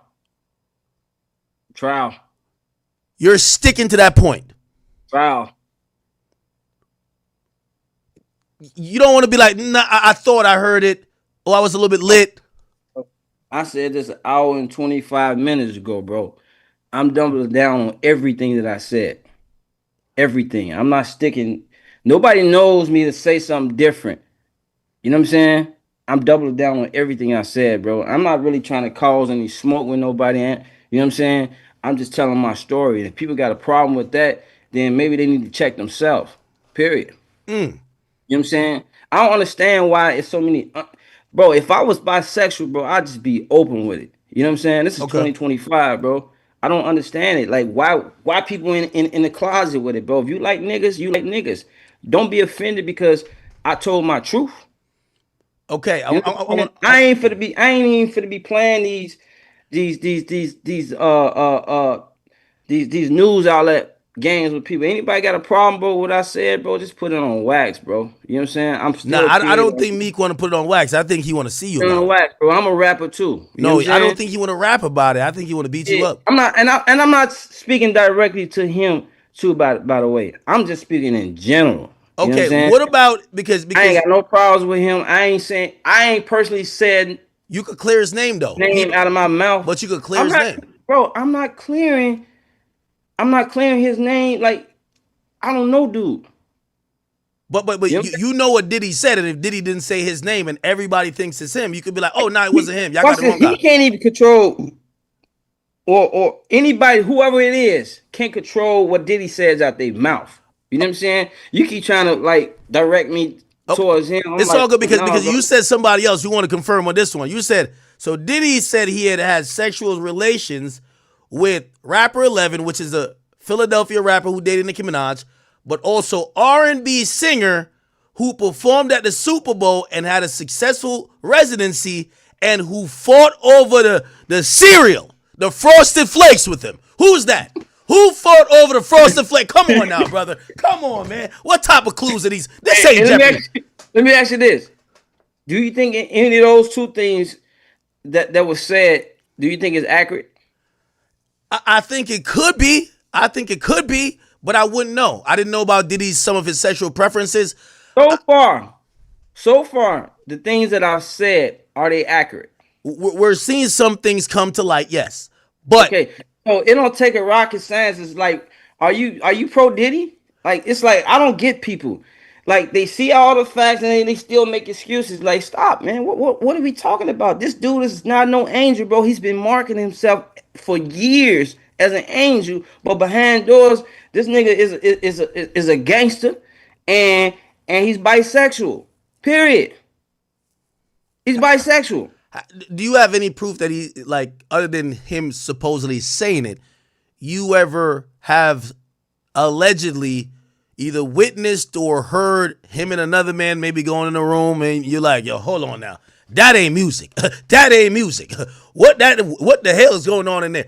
Have you ever allegedly? So you're missing parts inside of the complaint. You probably need to go back and read some of it. You know what I'm saying? So we ain't gonna really talk about it now. You know what I'm saying? You probably need to do your homework. But there's a situation a couple of times. You know what I mean? Uh, uh, a man or a male, they going into his room or in the studio, being in there for a couple of days, etc. A man. Like, it's, yeah, men. What do you mean men? Like multiple? Yeah, multiple. Really? Yeah. What's the amount of money that you're seeking? And I'm pretty sure you sent him a demand letter. This is all public now. What was the amount he had to pay for this not to come out? Well, how much you asked for? I see here you had said you were down to take 50,000 for publishing and Look, royalties at a point. you have the all claim situation, and then you have the music aspect of Mm-hmm. it. So for the music aspect of it, you know, what I would have rightfully been owed was my producer points, which they wanted to give me none. The publishing share, or the writer's share, which they wanted to give me none. And then they didn't even want to pay me any money towards the masters. And then they did. What they offered me was 29,000. Now for my fees, what I do charge, that should have been somewhere around 115 or 135 somewhere. I'm not accurate, but within the 100. You know what I'm saying? No more than 200,000, right? But what I did was, for business sake and relationship sake of working with clients again, because after you're done with an album, you want to do the business in a way that if you have to do something again, that is, you know what I'm saying, you were fair. So what I did was I offered a small amount of publishing and small royalty points, and then the producer fee was small, like 56,000, that I was willing to take. You know what I'm saying? And it just, my man wasn't gonna be happy unless he was just like just screwing me all over. You know what I'm saying? And so it got really bad. In fact, he went around and paid some people to give me bad counsel in order to make me take the lesser. You know what I'm saying? Lesser money, lesser everything. So I know we all looking at the twenty nine Oh, thousand. hey, by the way, is it the Cuban Good and Junior shit? He tried to fuck you, right? He not even listening to me. You over there reading the internet. My nigga, like, you did, right? You said he put his arm around you, was rubbing your leg. That was crazy. Why you said, Hey nigga, man, get the fuck listen. off me, I'm nigga? glad. Listen. I'm glad that we talking now. I wouldn't have been able to laugh about this a year ago. Bro, come You know what on, though. A nigga putting his arm around you, rubbing your thigh? You got to get the fuck off me, nigga. Fuck is you doing? We working on music, gang. Yo, come on, Rock. Lil Rock, come on, bro. I'm saying? Did you feel Hey, man, powerless in that moment? Because, like, obviously it's a big very, nigga. Okay. very much, very Okay. much, bro, very much. Mm. I'm overseas. I'm on Puff Yacht. Every all these men around me. You know what I'm saying? Drugs, alcohol, and it's so much, bro. It's like I've never really felt that type of helpless until I was in that situation. You know what I'm saying? Really? Yeah. Wow. Yeah, no, yeah. That's definitely crazy. What do you think KK's at right now? Like, why can't we find her? Um, I'm hearing allegedly that um I'm hearing allegedly she's tied in to the cartels or something What? like. Yeah, allegedly. This is not all this now. This is all speculation. Um this is all what's been said to me. How credible it is, I don't know. But the fact is, I'm not really talking to too many people, and the fact that they can even get to my ear, you know what I'm saying? I'm just told that she works with the cartel. I was also told that allegedly or possibly allegedly that Diddy was an informant for like the feds, etc., which is why he kind of kept her close. You know what I'm saying? Who She's told you been that? The feds told you? no feds. First of all, they wouldn't disclose information that they have. They would just receive information and then take it straight to the courts. But Yo, Lil Raj, you good, man. You like avoid give us the total amount. How much did you ask this nigga Diddy for, man? Because I'm pretty sure he wish he paid you. You asked him for, was it like $1 million? no, I look. 500,000? Oh, no, bro. I Yo, ain't I really. hit Christian. Hold on, I got Christian. I hit that nigga right now. I tell him like, nigga, just send the money over, man. You tweaking, bro. They got it. How much, bro? Bro, I'll text him right listen. now. I got his number. How much? Look, that's some shit that my attorneys and How let much them do you talk. personally want, though? Be honest. Like you've gone through a lot of pain and suffering. You claim like 5 niggas sexually assaulted you. You even It's not really about money anymore for me, it bro. is It's about money. You're about filing a civil suit. my dude. You want When to? All I right, hold on. All right, they asked every witness in Diddy trial this last question. I'll ask you this question. Mhm. If it was up to you and Diddy could get life in prison and you get no money, or you could get the money and Diddy go free, what do you pick? What do you pick? You could only pick one, my brother. Remember, you ain't go to the cops. The cops came to you. So if you could pick one, Diddy never sees the outside of a jail cell again, or you get whatever bread you want. I don't know how much you won't tell me, but he gonna be back. He gonna be playing with the baby all, okay? no, And no. how If, much if you? if he's back doing what he's doing and terrorizing people the whole nine, yeah, I'm done, bro. You gotta understand, bro. I didn't really take this fight just for myself too, bro. I took this fight for other people, bro. You know what I'm Well, saying? well, why do you think the I feds didn't use you then? They didn't use you at all in their trial, but they used you for. man, It's confusing. I don't know what they got going on. It's a lot of politics games happening within this. I don't know. It's too many connections, bro. I really don't know. It's above my pay grade, bro. I don't know. You know what I'm saying? All I do know is what I do know. And I also knew that nobody was qualified to take this fight but myself, bro. He wouldn't have been there had not I was fighting him. You know what I'm saying? I'm a superhero at heart anyway, bro. And I'm a Taurus, bro. I Well, here's protect, the bro. thing. So, again, and I'm gonna use Brendan Paul again. If people do you think it's fair if some people call you a snitch versus a superhero, and it's clear you think yourself as a superhero, but they're saying, nigga, you was having it good, you was living a lifestyle, you was fucking the bitches, you was doing this, popping Ciroc on the yachts, on the jets. Now, because it didn't work out, you basically told on the whole operation. That's like selling drugs, and as soon as you get, the connect stop fucking with you, you go to the cops. You know why this was successful? Because nobody knows me to be that person. Okay. And that's what Puff didn't do his homework, bro. Because I was never the one in there boasting, talking about what I did, who I used to work with. I'm humble, bro. He didn't do his homework. I've been active, bro. I've been active. You know what I'm saying? Since I was 13. And that ain't never been me, bro. I just realized that we're in a fight, bro.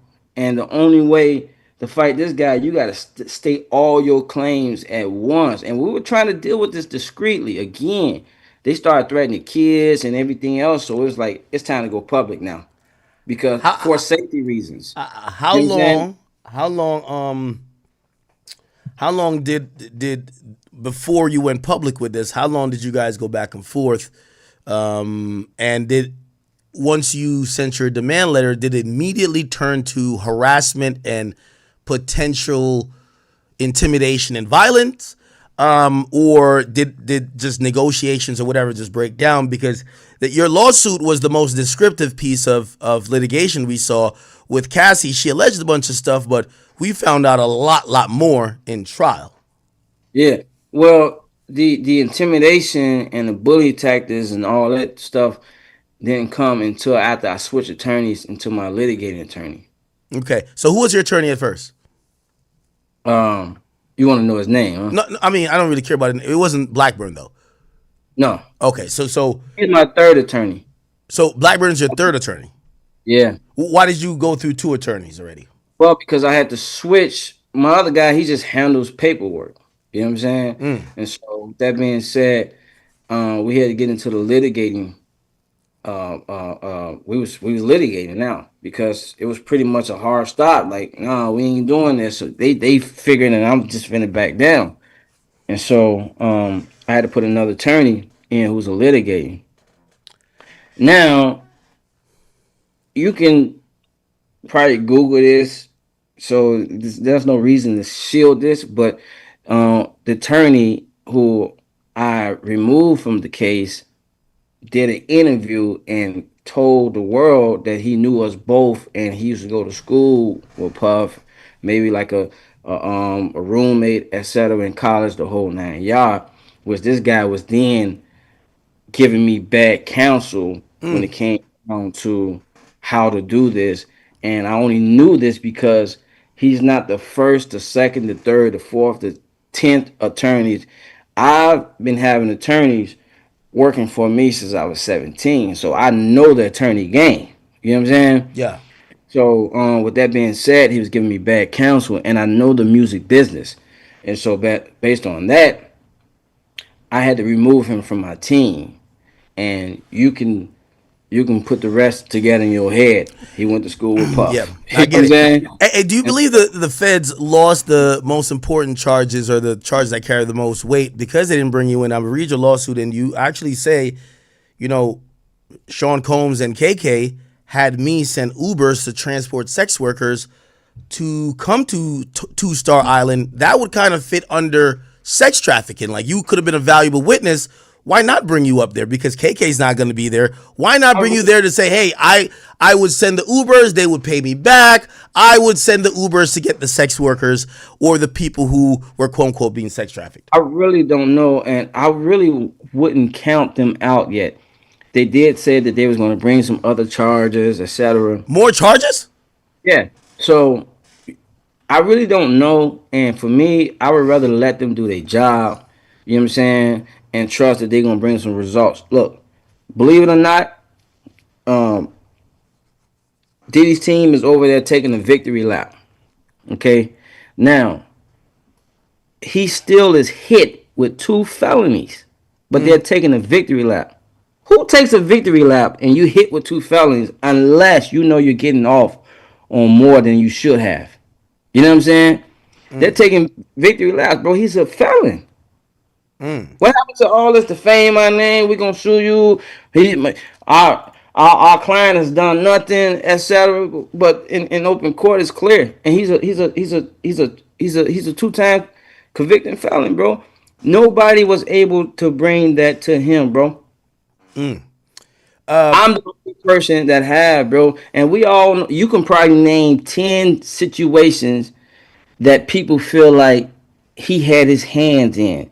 You know what I'm Yeah. saying? There's a lot of speculation about Pac's death. There's a lot of speculation about Diddy's Biggie's death. There's speculation about Kim Porter. There's speculation about Natasha Rubin, You said that he openly bragged about getting away with crimes. bro, Would he get again, drunk? Would he be drunk when he's saying this, or would he be sober like, yo, I'm untouchable, I'm above the law? you never know what he's on sometimes. You know what I mean? Sometimes he come in there, he on that doggone shroom, he's going crazy. Sometimes he's on Tuesday. Sometimes he come in there and he just coked all the way up. Or on heroin. You never know, bro.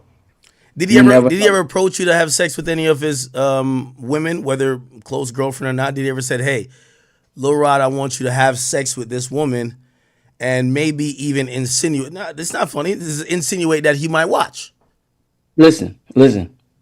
Trial, bro.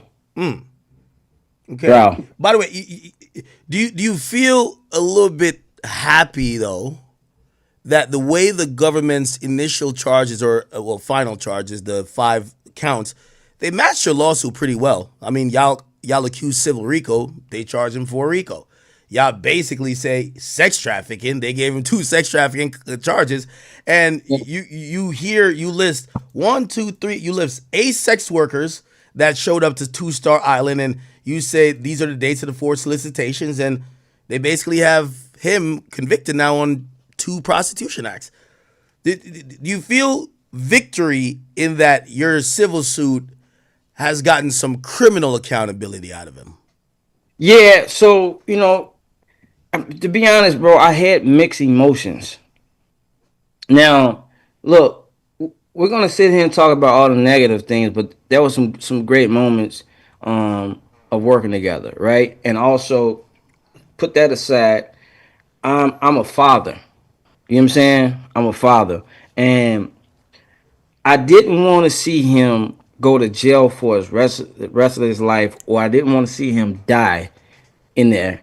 But I also didn't want to see him running the streets just free and intimidating and you know what I'm saying? What would have been an Victimized. appropriate amount of time that you think that he should have been incarcerated? Or, I mean, he still could be incarcerated for. You say you don't want him to Yeah, die in jail. He's 55. If he yeah.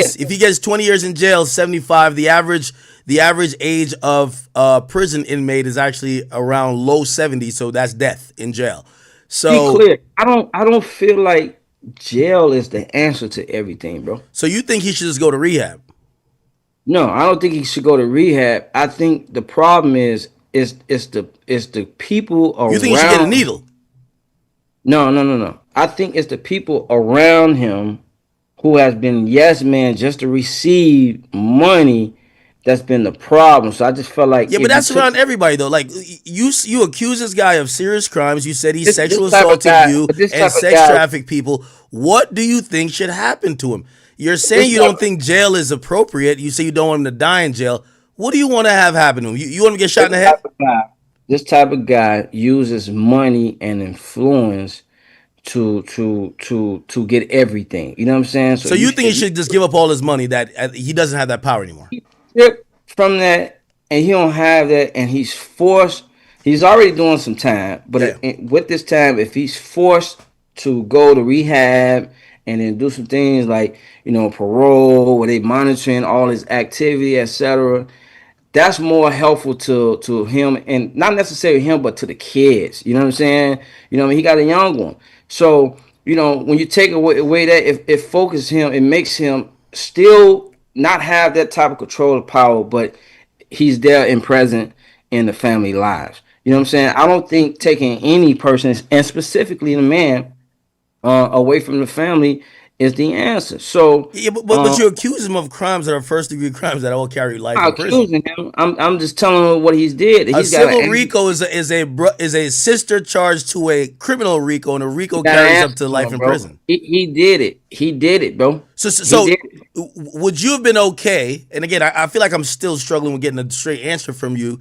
Would you have been okay if he has to forfeit all of his fortune? Like, you know, he just doesn't have all of this resources, a plane or this or that, that he could take advantage of other people. But for the people he has taken advantage of, you and other people, according to you guys, he liquidates his fortune and he pays y'all off, maybe gives some to his kids, but he's no longer the person that could do what you've claimed he's done with the money he has. Because put it like this, if somebody sexually assaulted me, I want him to be in jail. Actually, I want him death by firing squad. You're saying that you don't think he should die in jail. Just to let you know, first degree. I don't think death is the penalty. You know what I'm saying? And I don't believe, Well, bro. why not life in prison? First degree sexual assault carries life in every single state.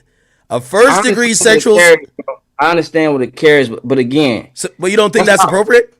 That's ultimately not my decision. But you got to understand, I'm gonna always look at things a little different, bro. You know, I've had a cousin die in the car with me when I was young. You know what I'm saying? And I understand the ripple effect. I understand how that hurt my auntie or his brother, how it hurt my mom and so many people. Why do you care about his family and his mom if you said he sexually assaulted you? Bro, if someone assaulted me, fuck they kids, fuck their mama. Problem. That's the problem. You took my innocence and you took my life away. It's like somebody if somebody kills my brother, it's like I'm not gonna be like, well, they have a mom too. Fuck them all. That's the problem. But that's the problem with the world, bro. We so selfish. We so selfish. You know what I'm saying? Okay. So I've had people, bro. If I open up a can of whoop ass or civil suits on everybody who's done something to me, bro, it won't even be no more music industry, bro. Still, just now, within the last 2 or 3 months, bro, I can open up 2 lawsuits right now on somebody totally different. And not to say that I won't, but the reality is, bro, we are the problem with the world is. Are you gonna file another lawsuit potentially on anybody else? I'm pondering. I'm thinking about it, and right now, that's not my main focus. My main focus is this, and just keep my mental health. This shit took my mental health to a whole nother state, bro. Nobody gives a fuck about that, bro. You know what I'm saying? But I do. And the reality is, I understand what that is, bro. I can't help but to feel when I'm looking at the ones who are under 18 who are just straight innocent. I don't think that's fair. I had to put myself in a situation. What if I was born and somebody just took my father away? I know my father did this, but you know what I'm saying? I still don't know the answer. And the reality is, what happens is that kid grows up a certain way without their father, bro, and we just don't want to be in that situation. Now, I don't think that he needed to go to jail for his life. I really think, and I really thought that if he got light, bro, Trump was gonna pardon him anyway. You think Trump should pardon him if he did? If he pardoned him, I don't believe that life is the sentence. If he got 10 years, I would be okay. If he got 20, he got 30, I would be okay with it. The reality is, I don't see him doing the full 30 because he's got connections and somebody's probably, you know what I'm saying? Were you just like were you they consulted working all to write types of miracles, making all types of everything going away. Oh yeah, man, they'd have been able to figure that 30 years out where he's not doing the full 30 years. You know what I'm saying? Is that the reason why you didn't write a letter? Cassie wrote a letter. Deontay Nash wrote a letter. A few other victims and witnesses wrote a letter to say, do not let him out. Would you have written a letter, or did you cognizantly say, hey, listen, I got the guilty verdict. I feel some type of, justice. I'm not going to advocate that he never gets out. Is that why you didn't write a letter, or would you have if you had the opportunity? Listen, I could have wrote a letter, and the reality is, you still could write a letter, by the way, because sentencing is the 3rd on October. I still can write a letter. Are you gonna? I don't know. I'm still processing this. You know what I'm saying? I'm not quick to just bam make a move unless I just know. And the reality is, bro, I've been fighting with him just in the spiritual realm this whole time. And so I had to give that to God. So unless God comes to talk to me and tells me, no, you need to do this or that, then I don't know. As of right now, when the verdict was handed out, I immediately got a headache. I had all types of mixed emotions, you know what I'm saying, and still do with that. Not necessarily, oh, I feel bad for him, you know what I'm saying, I'm looking at it like, is God letting you off? And if He's letting you off, are you gonna get back out and get active in this way? You know what I'm saying? Because that would be the only thing that would be stopping me. I mean, making me want to write a letter, or you know what I'm saying, etc. It's like, bro, you've you're now answering to some of your crimes, bro. If, You may not be all of them, but you answer to some of them. And if right now, um, you know, the defense is looking like it's a win, but it's also a win for the prosecution.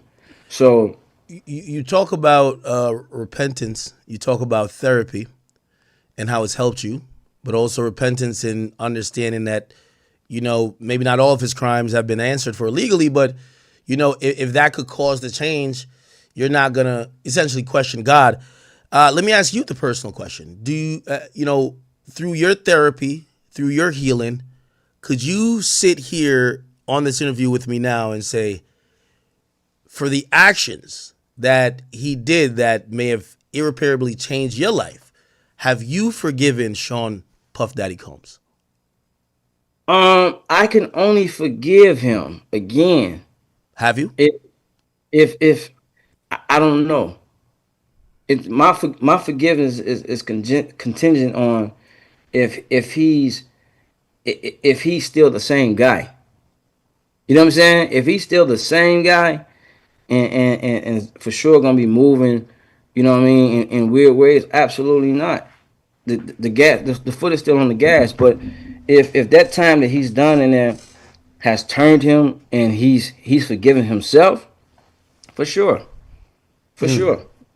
I'm not, bro. Listen, I've never been the type to hold grudges at people in life. Understand that if you move like that, you can never be in position to receive new. And I just know that, bro. You know what I'm saying? Life is like putting food into your body, bro. You gotta release that in order to receive more. If you're not, then what's happening is it's only hurting yourself. So just knowing that I can't hold on to everything he's done and expect to keep living life, bro. It'll be tearing me down, man. One time I looked in the mirror and saw my eyes and my face, bro. It was just bad. I'm like, bro, all this is killing me, bro. It's wearing on me. You know what I'm saying? And so I really had to get closer to my higher self. I had to get spiritual. I had to stay in therapy, bro. Like sometimes twice a week, bro. I'm in therapy, just like, you know what I mean, talking through issues, etc. So I can't sit here and hold on to everything the man has done, bro, because you and I won't be able to laugh about some of the stuff that just last year wouldn't have been funny to Yeah. me. You know what I'm saying? Uh, you know, Diddy's obviously going through it, have gone through it, but it still will go through it. Your lawsuit doesn't only name him as someone who you find has been someone who victimized you. You name his son, Justin. You also name KK. Do you look at the whole thing and say, if he's sitting in jail, they should be sitting right next to him? Of course. You think Justin should be in jail? No, I'm not gonna say Justin. Look, Why not? again, Justin was trained by his father. So you think he was groomed? That's his father. However, they are adults. You know what I'm saying? So you say And he so, was groomed into the behavior for that lifestyle? bro, if his father was a carpenter, he would have been a carpenter. If his father was a musician, he'd have been a musician. That's just how it is, like father, like son. So, while he's in his 30s, I just feel like he was raised this way, and I do feel like his father answering to some of these things are naturally probably changing even him. So, you know, I've never had anything ill to say about Justin. For the most part, he's just been a quiet dude, just doing what he's doing. You know, when it's time to go get active, he get active with his father or himself. It is what it is. But um, it is what it is. So he's got to answer to some of the things that he's did because of his father. But I don't think he needs to go to jail for the rest of his life. If that's what you're asking me, What about no. KK? KK is another thing. You know what I'm saying? I feel like she need to be in the same exact situation as Puff for sure. Whatever he gets, she needs it too. Are you Batman. Wow. are you looking for now money, an apology, or you're looking to just use this entire process to get the healing you need? Um,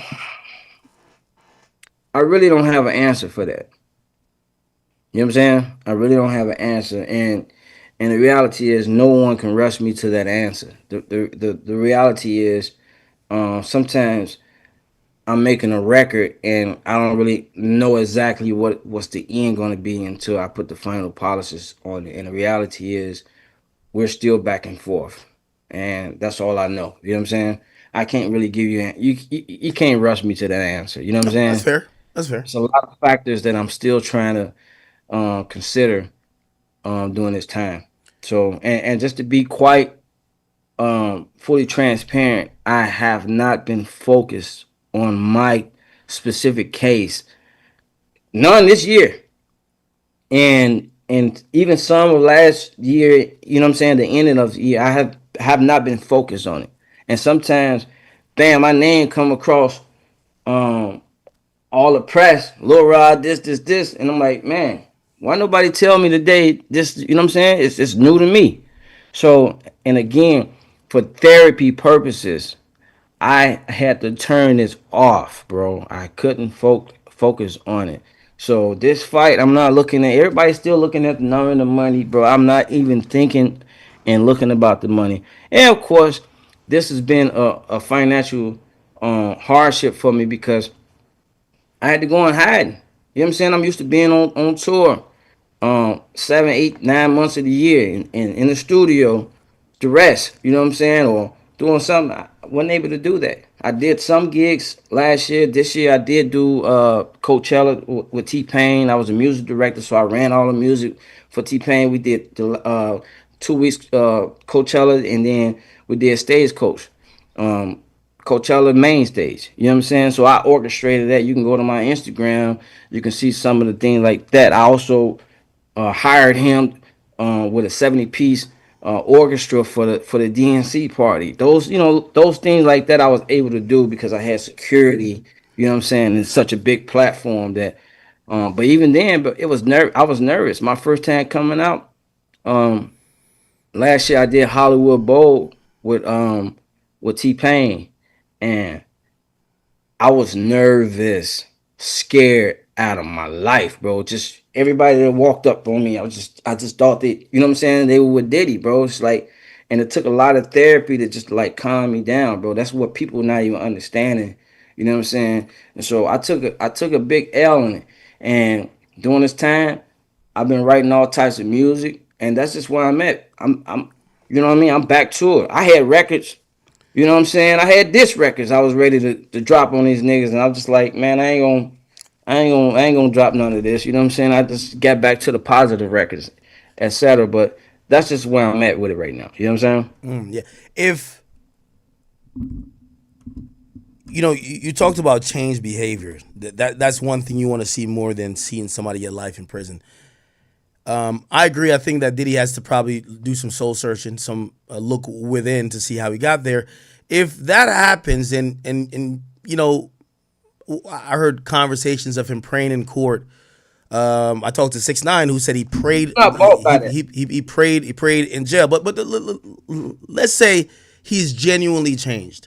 Say he reaches out and he apologizes for his behavior, his lack of care and everything else having to do with you.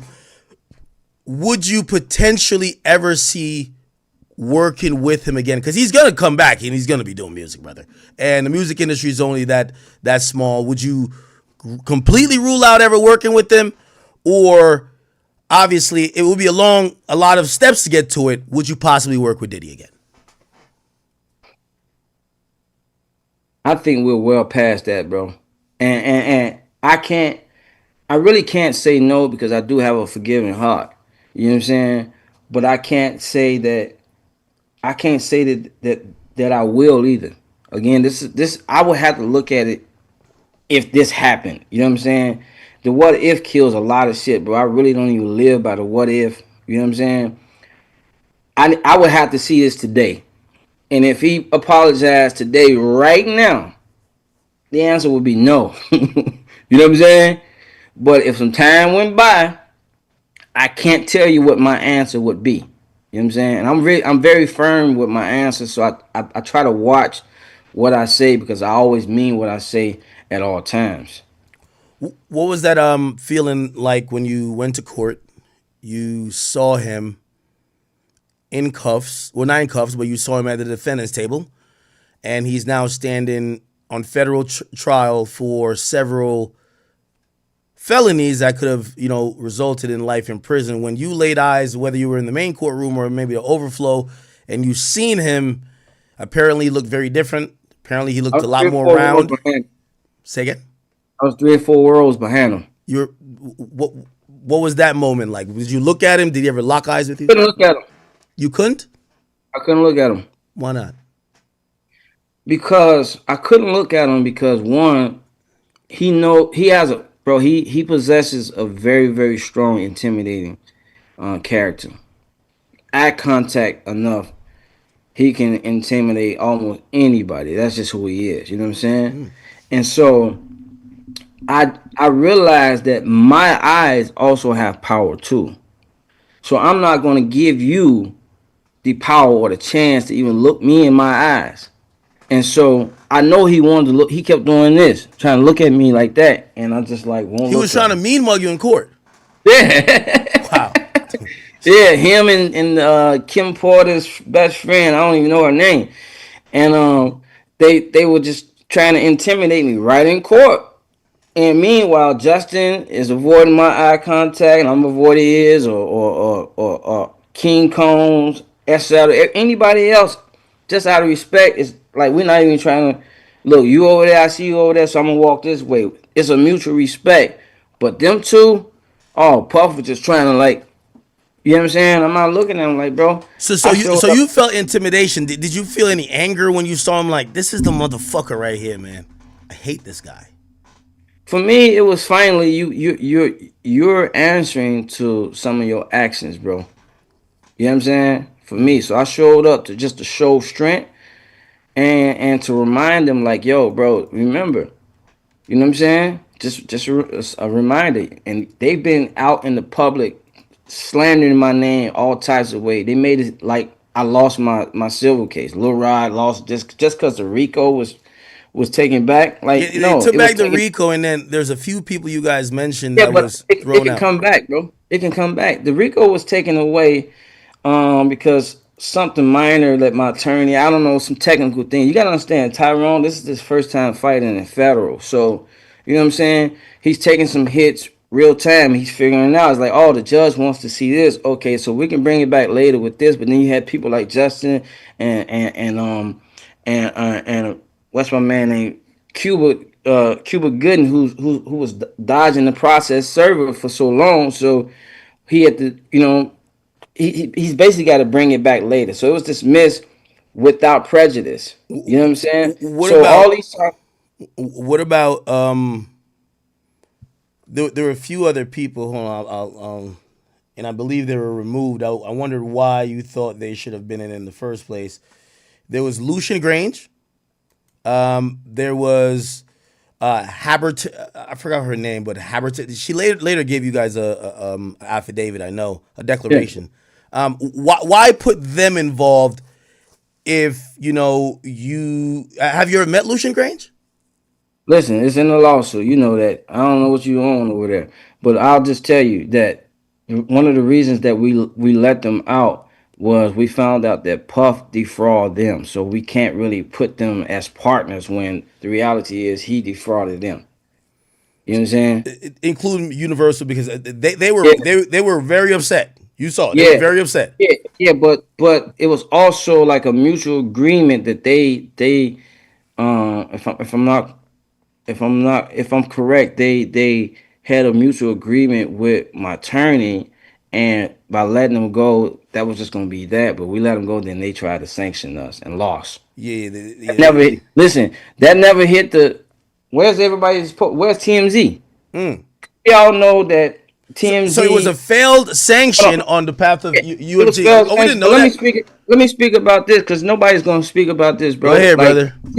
Tenny Garrett goes, is the daughter of Mark Garagos, who is with Harvey with at TMZ. I personally Wait, was what? not. What? Yeah, Harvey is with TMZ, Yeah, right? yeah. Uh huh. Tenny Garagos is Mark Garagos' daughter, Uh and she's working on Puff's team. So she would be telling Mark stuff, and then I seen this with my own eyes in Oh, court. oh, oh! I get what you're saying. So Mark Mark was ran doing a right after that. podcast. Mark Garagos is doing a podcast with Harvey Levin, and Yeah, the daughter of Mark Garagos is Tenny Garagos. But there I'm was gonna a get this smoke out of here, bro. Nobody gonna stop me from saying this, bro. The reality is Diddy has been paying TMZ, and they've been shaping the really, public's eyes by using TMZ, and TMZ been getting ahead of everything just to soften the blow because they've been knowing it's been coming this way. You and I both know this, so we gonna keep it real funky and say what it is. TMZ um put down that Tyrone more on the process server um because of Fat Joe's case, but he had a picture of me and Tyrone. What does that have to do with me? So y'all trying to defame me and trying to take me and by the change the way, narrative for money. on the latest episode of Harvey Levin's podcast with Mark Garagos, it's called Two Angry Men. Mark brings on Tenny. I've never seen a picture of her, but Tenny walks onto the screen with her father, and Harvey Levin's there. So you're saying that TMZ got bought by Diddy? I'm not saying they're bought.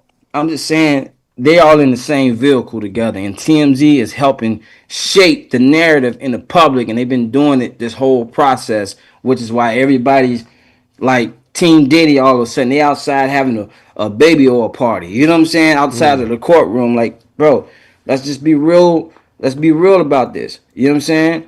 And I'm gonna sing this on every interview I get on because it's not cool, bro. Where's the integrity in any of this? Any people just doing anything for money, but then they looking at me like I'm up on a money grab. No, bro. Let's just be real.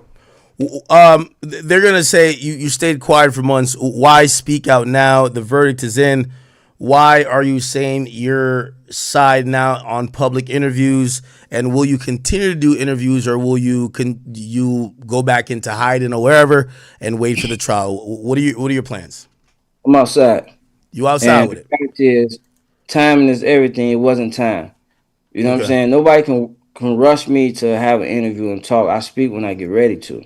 And the reality is, it wasn't time. I wasn't giving them the chance to know what's going on over here, what I'm thinking, so they can then get in and try to change that narrative.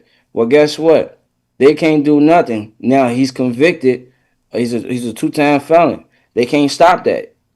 A jury found him guilty. So, bam. Hey, Again, by they the were way, doing anything to stop me from letting this get to this day. was this a lie? They claim this says sources, and maybe this is the TMZ agenda. It says sources with knowledge tell TMZ Rodney, aka Lil Rod, is not one of the people federal prosecutors have called to provide sworn testimony for their federal investigation into the founder. So they were saying that they have not talked to you. You said you've talked to them 5 times. Why would TMZ print something that was opposite of what you're now claiming? Bro, I don't know. TMZ is fake news. Oh Fake shit. news. So that's just that, bro. They got no integrity over there, bro. And I don't know what to call like the group. They all tied together, bro. You know what I'm saying? I don't know what to call it, but they all. I don't know if we want to call them the Illuminati, whatever it. You know what I'm saying? They all together, bro. You know what I'm saying? They shaping this industry, and they protecting all the gatekeepers, bro. He's a gatekeeper. Wow. Go back and look at TMZ and watch how Harvey is reporting on Puff all the time. You could just tell, like, yeah, he mentioned some bad stuff. Yeah, because he already knows CNN is gonna report that anyway, or Fox it.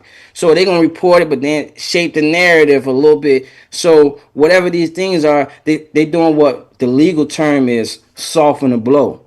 So when a criminal is going to jail for the rest of his life, then the defense team, their job is to soften the blow. You know what I'm saying? Which is why they over there hooray, and calling it a big win, but he got 2 felonies and he's on no bail. You know what I'm saying? Because they have successfully softened the blow. Again, there were a lot of evidence that never made it to the court for some reason. Like what? Bruh, I'm not gonna get into that again, specifically because I don't know if they truly intend to bring more charges later. So I'm gonna stay out of that way. You know what I'm saying? So Um, you see a world where the feds might come back with just more charges and just try it I again. see a world where they can come back with more charges and with more people. We still asking where's KK. Maybe it may be when she's in. I don't know. But what I do want to do is get out of the way of that, which is why I really don't want to talk too much about it. But however, they successfully softened the blow for their client, and it's a win-win. Look, if Diddy beats this, Diddy beats this, yeah, but he's still in jail. You know what I'm saying? On no bail. Like, what are we all talking about? Yeah. And the only way to run away feeling that good is to know that they saved him from getting something way more harsher than he should have and he could have gotten. Period. Well, And I don't know if you believe he should have, because you said anything else would have got him life. I'm telling you what they're saying. Okay, okay. All right. Gotcha. Technically, man, allegedly, whatever you Yeah, got yeah. to do legally. Yeah, If yeah. I'm them and I'm protecting my client, this is how, you know what I'm saying, I would feel. So the reality is, it's not a win. You know what I'm saying? And in business, some people have said in business when you're doing contract, sometimes the best contract or negotiations are when both parties are unhappy. You know what I'm saying? So this may be a situation where this is why they're looking at it as a win because they understand, well, from a different eye, both are unhappy. But the reality is he's not going to jail for the rest of his life. The reality is the prosecution was able to hit him with something. So, this is just how they, again, I'm not a legal expert, but I have paid attorneys. You know what I'm saying? And I Yeah. got lots of them who are my close friends, whether they're in defense or on the other side. So, again, just to triple down, double down, and I'll go another couple of rounds. Just TMZ is directly involved in shaping the public opinion in Puff's case. Interesting. Any last words here? I feel like, obviously you have a pending litigation. Some things that, I would love to get into the weeds and the real intricacies of some of the details, but, you have a right as someone who is filing a civil litigation to say, hey, we'll wait for trial. I think you gave a pretty good, reasoning of how you feel about the case, how you felt about Diddy, how you felt about the whole entire time. And, again, if you are indeed a victim, you have a right to go through this and process it any way you want. So, I'm very actually fortunate to be able to give you a chance to speak out for the very first time since you filed. Anything you would want to say to people about any narratives floating around that may have just either pissed you off or you're like, wait, why doesn't anyone correct this? Or why doesn't people acknowledge this fact here? I'll open the floor to you. Yeah, so I just said obviously some of the things, and again, they've been out here speaking on my name. I had no publicist speaking on behalf of me. So what they've done is attack my attorney and then put a gag order on him. The defense, Is there a um, gag order on him in this case? it just got removed because it was a gag order until he was indicted. I'm sorry, until the jury came back with a verdict. So the reality is, it was then when they started shooting all types of shots at me, knowing I don't have a publicist out here. And one of the reasons why I was scared to get one because I didn't know who knew him, you know what I'm saying, and who he was gonna pay more, you know what I'm saying, to attack me backwards. He already turned somebody on my team, so I just stay quiet and take all, what I'm saying, all the backlash like UMG. Like, come on, man, y'all know y'all over there paying victims from an offshore account. You know what I'm saying? Everything my attorney said was accurate. You know what I'm saying? But the fact is, they were mad because we put them in a lawsuit, which now led to, just pay attention. Has Drake ever sued UMG? You know what I'm saying? So now UMG name just popping up and everything. So for me, it's just like, guys, look, I've stated some things in my case about some things that happened to me, genuinely happened, and a lot of people said that I was lying. So far, everything that I said is checking out. I'm in a fight with very influential people who has power, who's been controlling the media for so long, or spending money in the right places, and I just urge the people to support. You know what I'm saying? Support me. And meanwhile, I'm getting back to the music because that's really what that's really my what I do. You know what I'm saying? I'm getting back to the music. I don't want to make this Have you all been about blackballed? absolutely blackball. You know what I'm saying? And so, you know, it's all good. Do you feel like you name dropped T Pain earlier? I was thinking, I'm like, if I'm Diddy's people, I'm hitting up T Pain like, you working with this fuck nigga? Are you ever scared about that? It's a touchy situation, so we'll just leave it. We'll leave it alone. You know, I felt like Payne was my friend. I don't know what we are now. You know what I'm saying? Has he Well, turned on you too? we'll just leave that how it is. You know what I'm saying? T Pain And, coming on the show tomorrow. Like, I gotta ask him. So I want to give you a chance to respond. hey, listen. Are y'all in a good space? Let's just say that. Um, if he calls me, I'm probably not gonna answer. If he calls me, I'm probably gonna answer. But if I call him, he's probably not gonna answer. And It sounds like you're cooking up the next lawsuit on T Pain. I could put that. not necessarily. It's just. So could you You say now you will not be suing T Pain? listen. You just like anybody else can never force me to answer. You know what I'm saying? I'm asking you the definitive Reality questions. is, If he's not one of the people you said there's two people you're contemplating filing a lawsuit. You don't know if you're gonna do it. I'm asking you if he's one of them. If you can't say if he is or he isn't, only one could deduce he might be one of the people. I'm not thinking about him right now. I'll Okay, you're just not say that. thinking about him. Okay, we'll take that answer. That's fair. That's Yeah. fair. So Um, again, I just said, there's times I feel like he's my friend, and right now I don't know. You know what I'm saying? does he owe you money? Um, I'm not. We'll just leave that alone. You know what I'm saying? For the time being, if I'm forced to have to talk about that, then I'll talk about that. But at this rate, we can leave it alone. You know what I'm saying? Gotcha. At that, we just came off a very very successful run on Coachella and Stagecoach, and we did Carbone, and we did the DNC party. We did the Hollywood Bowl. You know what I'm saying? All these things, I orchestrated the music as a music director and musician, etc. And also did the Sun Rose thing for him. Everybody seen that, and that kind of blew up. So everything he's hired me to do, I did my job successfully, and that's just that. But I don't want to have to talk about that. I just want everybody to understand I'm back to the music. And I'll give you another opportunity. Do you want to apologize to Meek Mill for mentioning him or not? This is the last time I ask, because he gonna see this. They gonna clip it. You know they gonna clip it, and I want Meek to be no, like, I don't as care. much as Listen, I want him to be like, I as ain't much as I don't like bro, that fuck nigga bro. academics, he tried to get the truth and clear my name, and Lil Rod would not clear my name. Listen. If I ain't backing down from Puff, who's a gatekeeper, I ain't backing down from nobody. So you Yeah. believe Diddy and Meek Mill Understand this. bisexual? Understand this. You Whatever I think say, Meek Mill bisexual too? do Because he you a think he gangster. is? I've never been, well, he took a little sus picture one time, the little matching joint in the pool Right. was weird. I'm not. But I I'm never not heard getting- about him in sexual situations. I'm not getting to what his sexual preference is. That's on him. But Diddy Ask- told you he was okay, bisexual. Diddy told you. But look, just ask him. Just ask him. Is he bisexual? He How said he about not that? gay. He said niggas in Philly. Hey, so then He said he respect that. thorough. Leave the He man said niggas in alone. Philly don't do that. Wait, hold on. So Leave the man alone. If he say he's not gay, bro, leave him alone. so why did Diddy tell you he gay then? Did he say he had sex with him, right?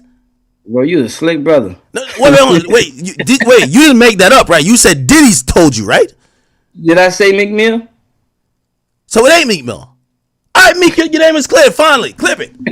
It's not Meek. It's not Meek. Huh, what other rapper? Boy, you a funny dude. Boy. Nicki only got 3 bodies. So and it's only one Philly nigga in there. I ain't gonna lie to you. It's Big Zoo, Meek Mill, and Safari. No smoke with him, bro, or nobody else, bro. I'm really just Okay, at trying least to we cleared Meek Mill name. Meek Mill is Yeah. not the gay rapper from Philly. It's another one. right? Yeah. Just any creative, bro. Just like I ain't trying to be in smoke with nobody. I'm just trying to be cool, bro. And What's the first letter some of the people gay don't. nigga from Philly that's a rapper? What's the first letter of his name? Like, we'll play Jeopardy for you. You don't gotta tell us no more. Just give us one letter. Just give us. Can I buy you an R? Wait, what name is it? Just give me the letter. What's the first letter of the gay rapper from Philly that Diddy done fuck? Who is it? You something else, boy. Nah, that's all we need. But you cleared Hey man, Meek's name though. I should have read my history on you and him. No, I'm gonna no, be no, no. honest Hold with on, no. you. I Because I'm did gonna be no honest with homework you. coming on this. I want this to be clipped for it to be an olive branch for me and him because I have no agenda. I thought he was gay because he wouldn't answer directly and because I read your lawsuit. I I did get it. think there was sus things he did, matching outfits, man calling you daddy in the pool, but that doesn't mean you're gay. If you're saying Diddy told you that he fucked Meek, that's a direct witness. And you're sitting here with me saying, by the way, when you get to trial, they're going to ask you that, right? Like, this is going to come out. And this is why I'm trying to say, like, I get you're being elusive, but you don't get to put that in a lawsuit. This ain't gossip columns. You don't get to put that in a lawsuit without them saying the veracity of your lawsuit. You said there's a gay rapper from Philly who Diddy fucked, who dated Nicki. That person is Meek Mill, who has denied these claims. Also, I haven't heard of any other gay acts that Meek did. So this would be the first. Listen, my complaint is Was Diddy me. high when he told you? Was he off that ketamine? I heard that ketamine make people do all type of stuff. Turn Yes, people into man. a Yes, freaky man. frog. Turn people into a freaky frog. You on that tossy. My complaint was to the judge. It wasn't to y'all. The reality is, I'm not knowing at the time that this is all made public. You understand what I'm saying? So all this wasn't to for everybody to go read and go crazy. It was new to me when it just like everywhere. I'm like, yo, how are they pulling this? I had to ask my attorney, go, where they getting this from? I thought I was the only one had this. Hold on, but you do know the way in how he files lawsuit is meant for bloggers like us to pull it up. The reason being is he has funny pictures. He has salacious details. It reads very entertaining, like something to be like. I read his Fat Joe lawsuit that he filed against Fat Joe. That's one of the most entertaining. I mean, I think there's a lot of cap in it, but it's so entertaining I couldn't stop reading it. So See, it's I one of haven't those read. things where like put it like this. If you're filing this lawsuit against Diddy, there's no reason for you to mention Meek Mill. Meek Mill has nothing to do with this. Like, why would you mention Meek Mill? Like, he has nothing to do with this. You mentioned an incident where there is blood in a bathroom. That has nothing to do with it. You're not accusing him of actually doing the shooting.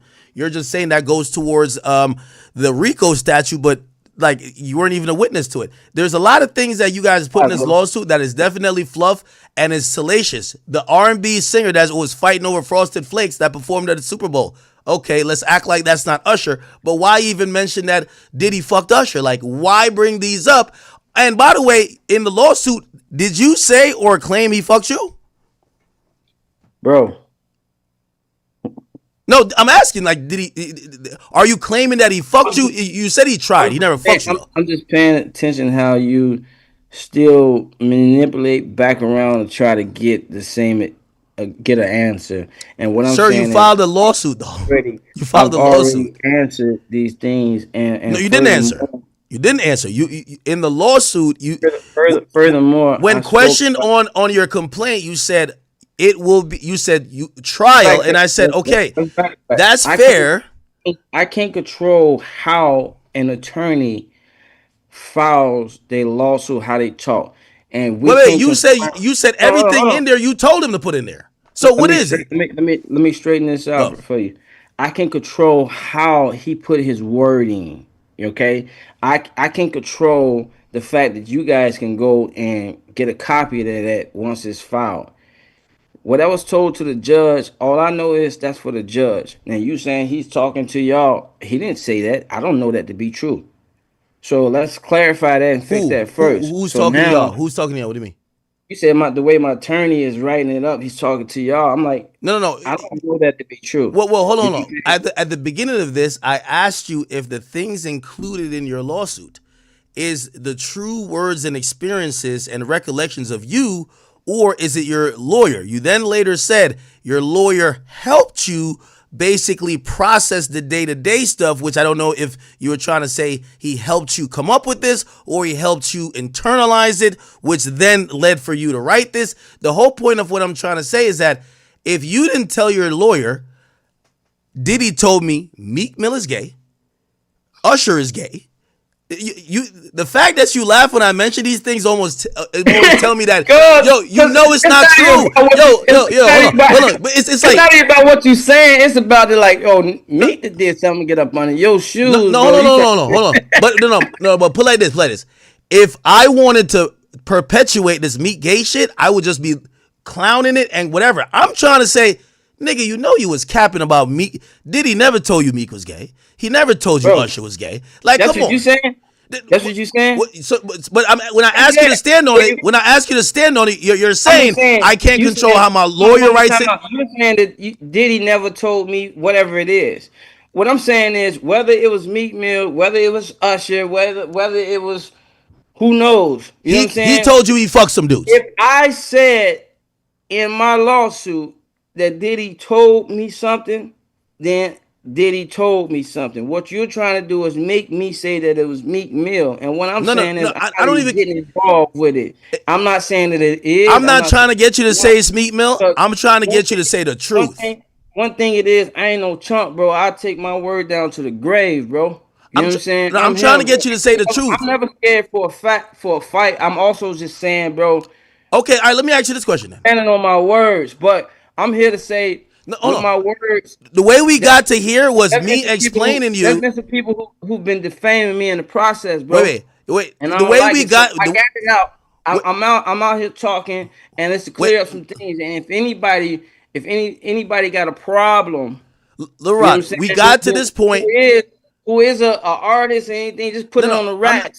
Cause I'm done playing these lawyer games with people. I'm not trying to put you against Meek or anything like that. I'm trying to understand how some of this information came to light. I said, based on your complaint, there is a bunch of details and situations that got nothing to do with you and what you're claiming. I said, this reads like let's tell you his whole business, not let's tell you what he did to me. So I asked you, and you said, "Well, my lawyer writes this, whatever." So I said, see what you're saying. Let me help you out. So basically, what I'm saying is, he used these tactics to try to coerce me to show me that in the music business that this is natural. This is the only way that you're going to be able to be successful with getting on is by being bisexual, etc. You know what I'm saying? Okay, so I hear where you at with things. Okay, okay. So you said this was a coercive tactic because when I read some of this, I was like, grooming. Okay, it's like a grooming. You know what I'm saying? Okay, and what was your response to all this when he said it? Wow. You said, okay. I just want to clear that up for you so you can at least know how that came into play. But the rest is just gonna have to be in trial, bro. Trial. Okay. All right. Yeah, I think that's fair. Make sure, cause are we live right now? This is recording. Oh, we're live. We're live. We got about 16,000 people in here. Just making sure. Where we live at? We're live on YouTube. We're live on Kick. We are live on Rumble, and we're live on Meta. All right, cool. Cause I really didn't do my homework with this. I just came in to do. No. I'm listen. I've seen some videos with you, and I've seen some of your posts, and I just think you're a cool guy. You know what I'm saying? I've read your lawsuit back and front. I've tried to verify every single detail. You guys have headless. First of all, at your first initial complaint, which I do want to ask you about this too. And again, these are things that's going to be asked at court. And I don't know if maybe you need more time to answer these, but it's going to be asked in court. You accused Diddy of being around underage women. None of that came out in trial. He was never accused criminally of being with underage women. You had pictures of women who later came out themselves to say, that's me, and I'm grown. I'm 27. Why did you think there was underage women at his party? And again, what was your state of mind? Again, bro, they have successfully, well, not really successfully because the truth is being revealed as time is going by.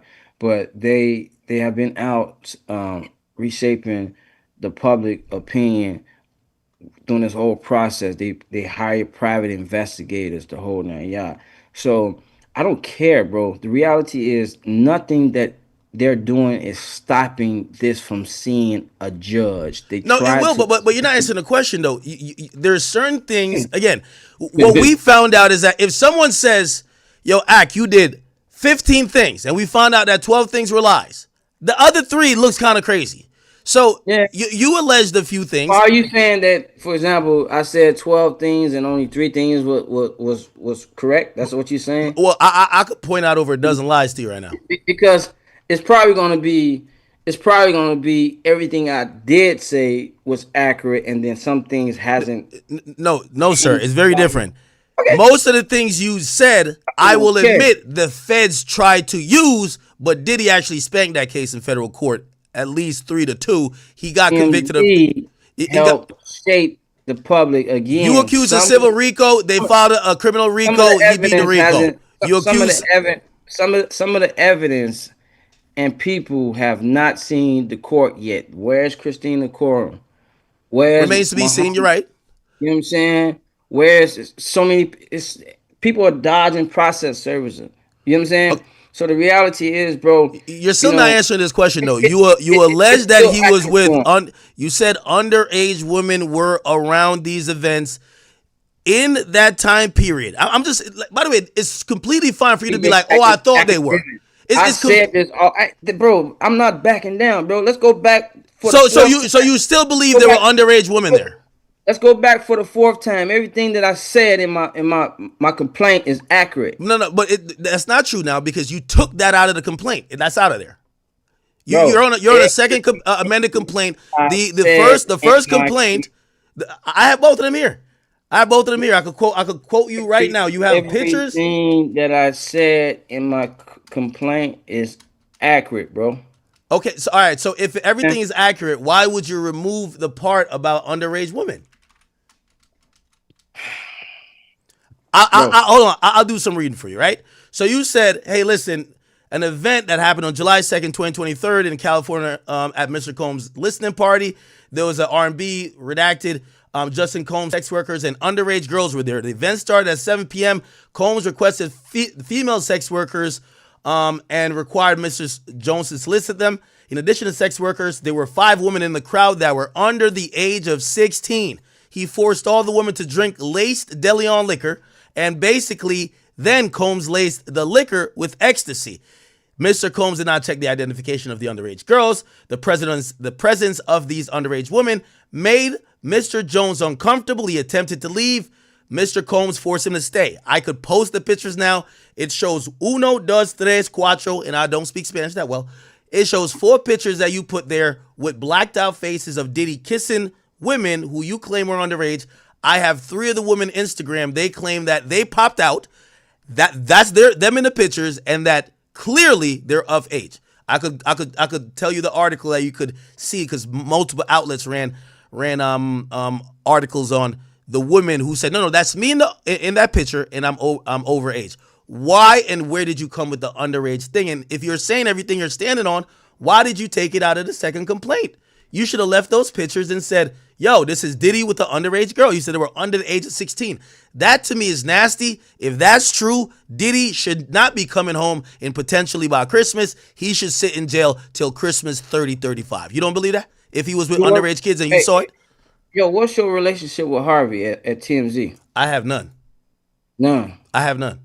You have no dealings with TMZ. They've asked me to come on there to interview a few times about the Drake rap battle, about Kanye, because I did an interview with them. Have you talked to anybody about this interview with me? No, none. Hey, listen. Number one, just to let you know, I cover every trial. Hey, I subscribe to the docket that you filed against him. I'm on Pacer spending $3,000 a month seeing everything. I missed nothing. If you ever want to have an interview with me again, bro, you got to understand, badgering me ain't going to be it. It's not about badgering you. It's like, I'll let you get some stuff off, but we can't just, this is not propaganda.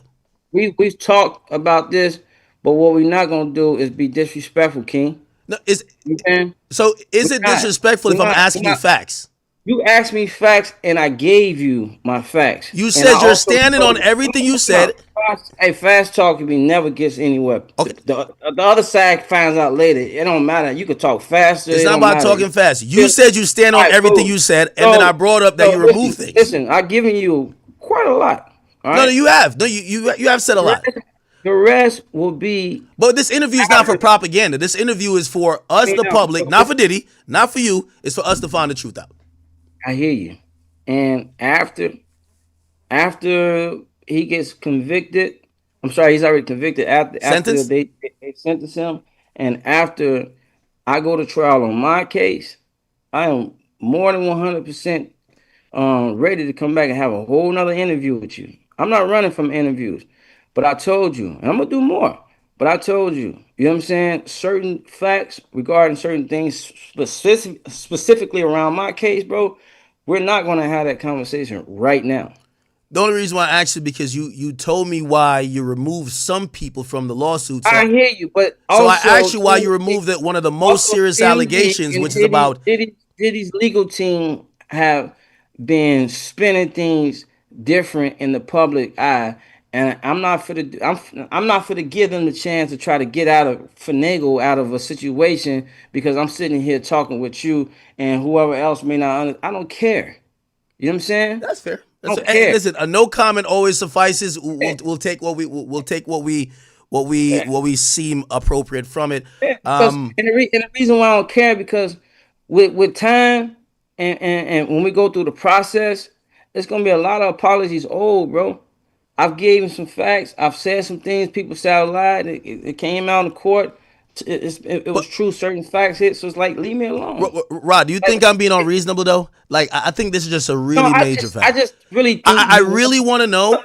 Hold on, respectfully, I feel like you want some answers, and it's fine, but I feel like you're not respecting the process of my space to get the answers. That's all I'm saying. Well, I feel I like think all it's in these a. should be answered, just not now. But you don't think it's in the public interest for you to let the world know if you actually saw Diddy make out with Bro, children? bro, You don't think bro, that? You bro. think you need to get your bag first before you could stand on I'm the thinking idea that about you saw him a bad bro. fucking with children? Bro, I'm not thinking about money. But That's what we think about. you're Bad. saying trial. You have a civil suit. Like there's nothing gonna happen at your trial but money. So when I'm saying all That's we want not to true, know, bro. That's not true. Let me you tell can't you send him why. back to jail. You can't send him back to Because jail on a civil trial, brother. if nothing happens during civil, then why is he in jail right now? That's a criminal trial. That's It the only doesn't pending matter. criminal trial he has. It was triggered from my civil suit, bro. So Okay. obviously, when more evidence comes out during the process of cross exam or jury trial, whatever it is, So then why based on allege that, that he was with kids if you're not down to say he was with kids? bro, You took it out. I'm just wondering why you took it out. That's it. bro, You took it out of the first complaint. The second bro. complaint mentioned nothing about kids. You took the pictures out. Listen. We're gonna call this a this gonna be the wrap. You know what I'm saying? Unless there's any other questions that you like to ask me that's specifically not based on an ongoing case, then we can leave it alone. You know what I'm saying? Well, I'll I'm end with. willing to come back the next day or the day after that if we have to talk about something else. You want to bring some other smoke that ain't got nothing to do with my case? I'm here. I think it's best we'll conclude it with this last question. What is the next steps and give us a timeline because I want to have a free and fair conversation with you. It seems like you're saying that I'm trying to railroad you. I feel like I'm asking reasonable questions, but okay. I would love to have the unfiltered conversation with you when your legal action, which is a civil suit, has concluded against Diddy. What's the next steps that we're waiting on? Obviously, we do know in his criminal trial, he's going to be sentenced in October. What's the update on your case with him? What's going to happen next, and what is going to happen next with you?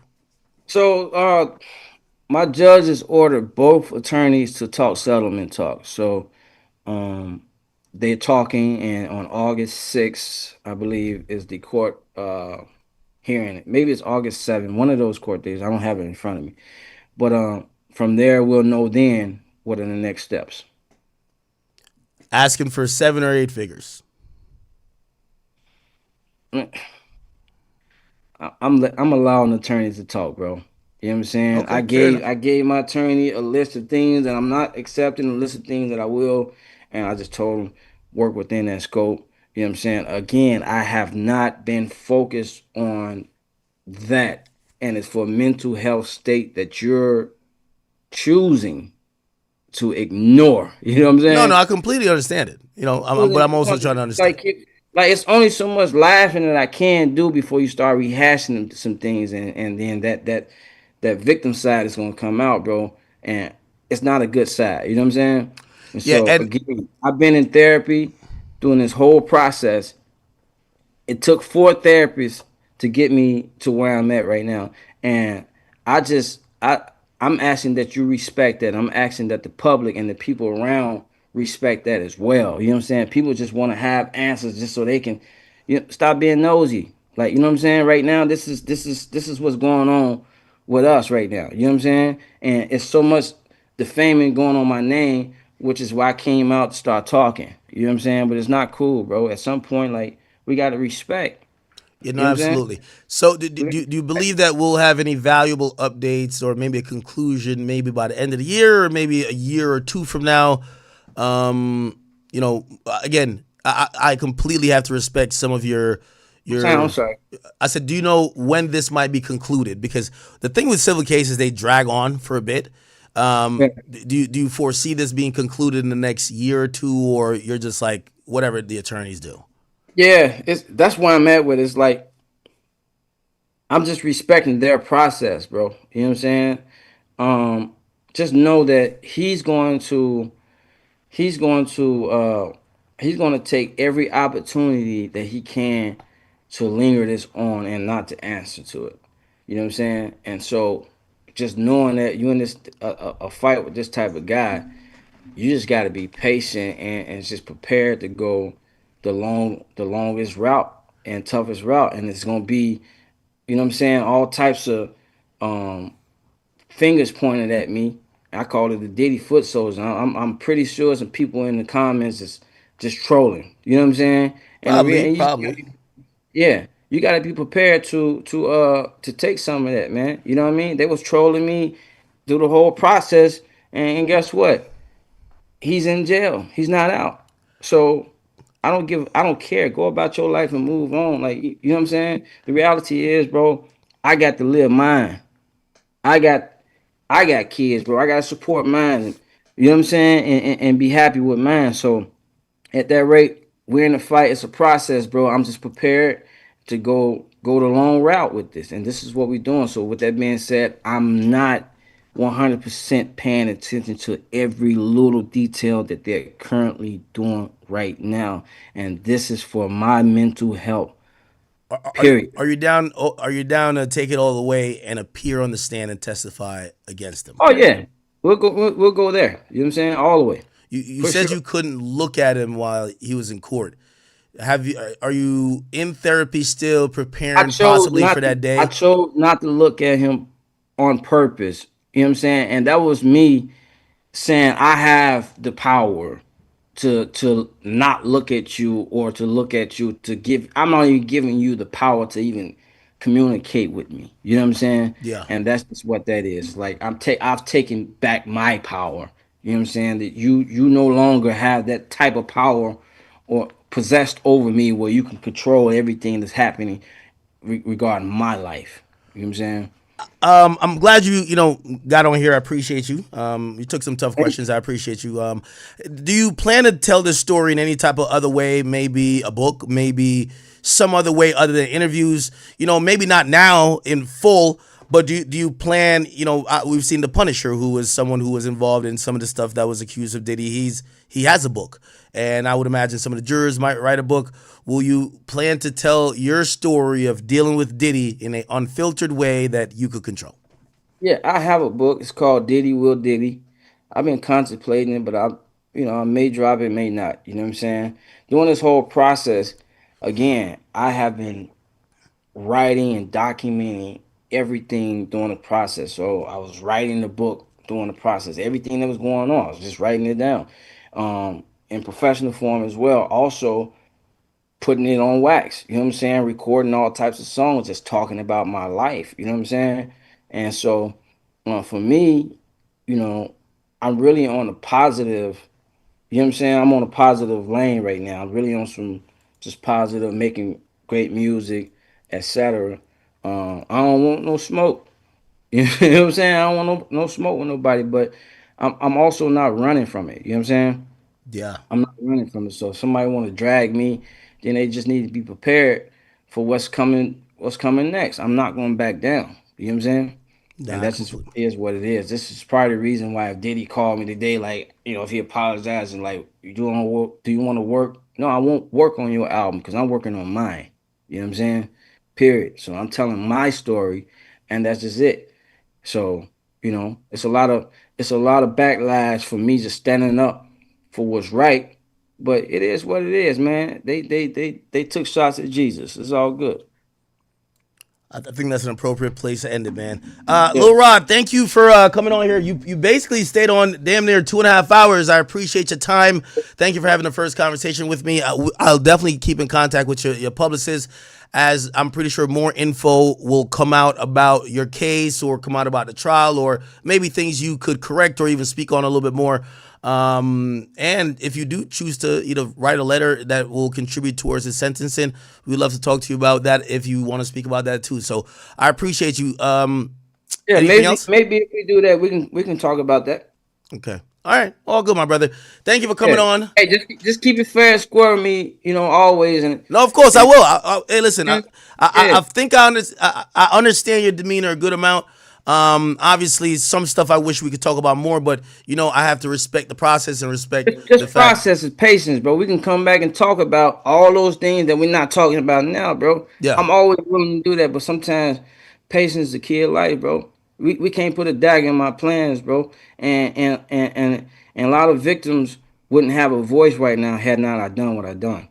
So we're just gonna leave it like that. I appreciate you guys, and y'all take care. Take care, my brother. All right, right.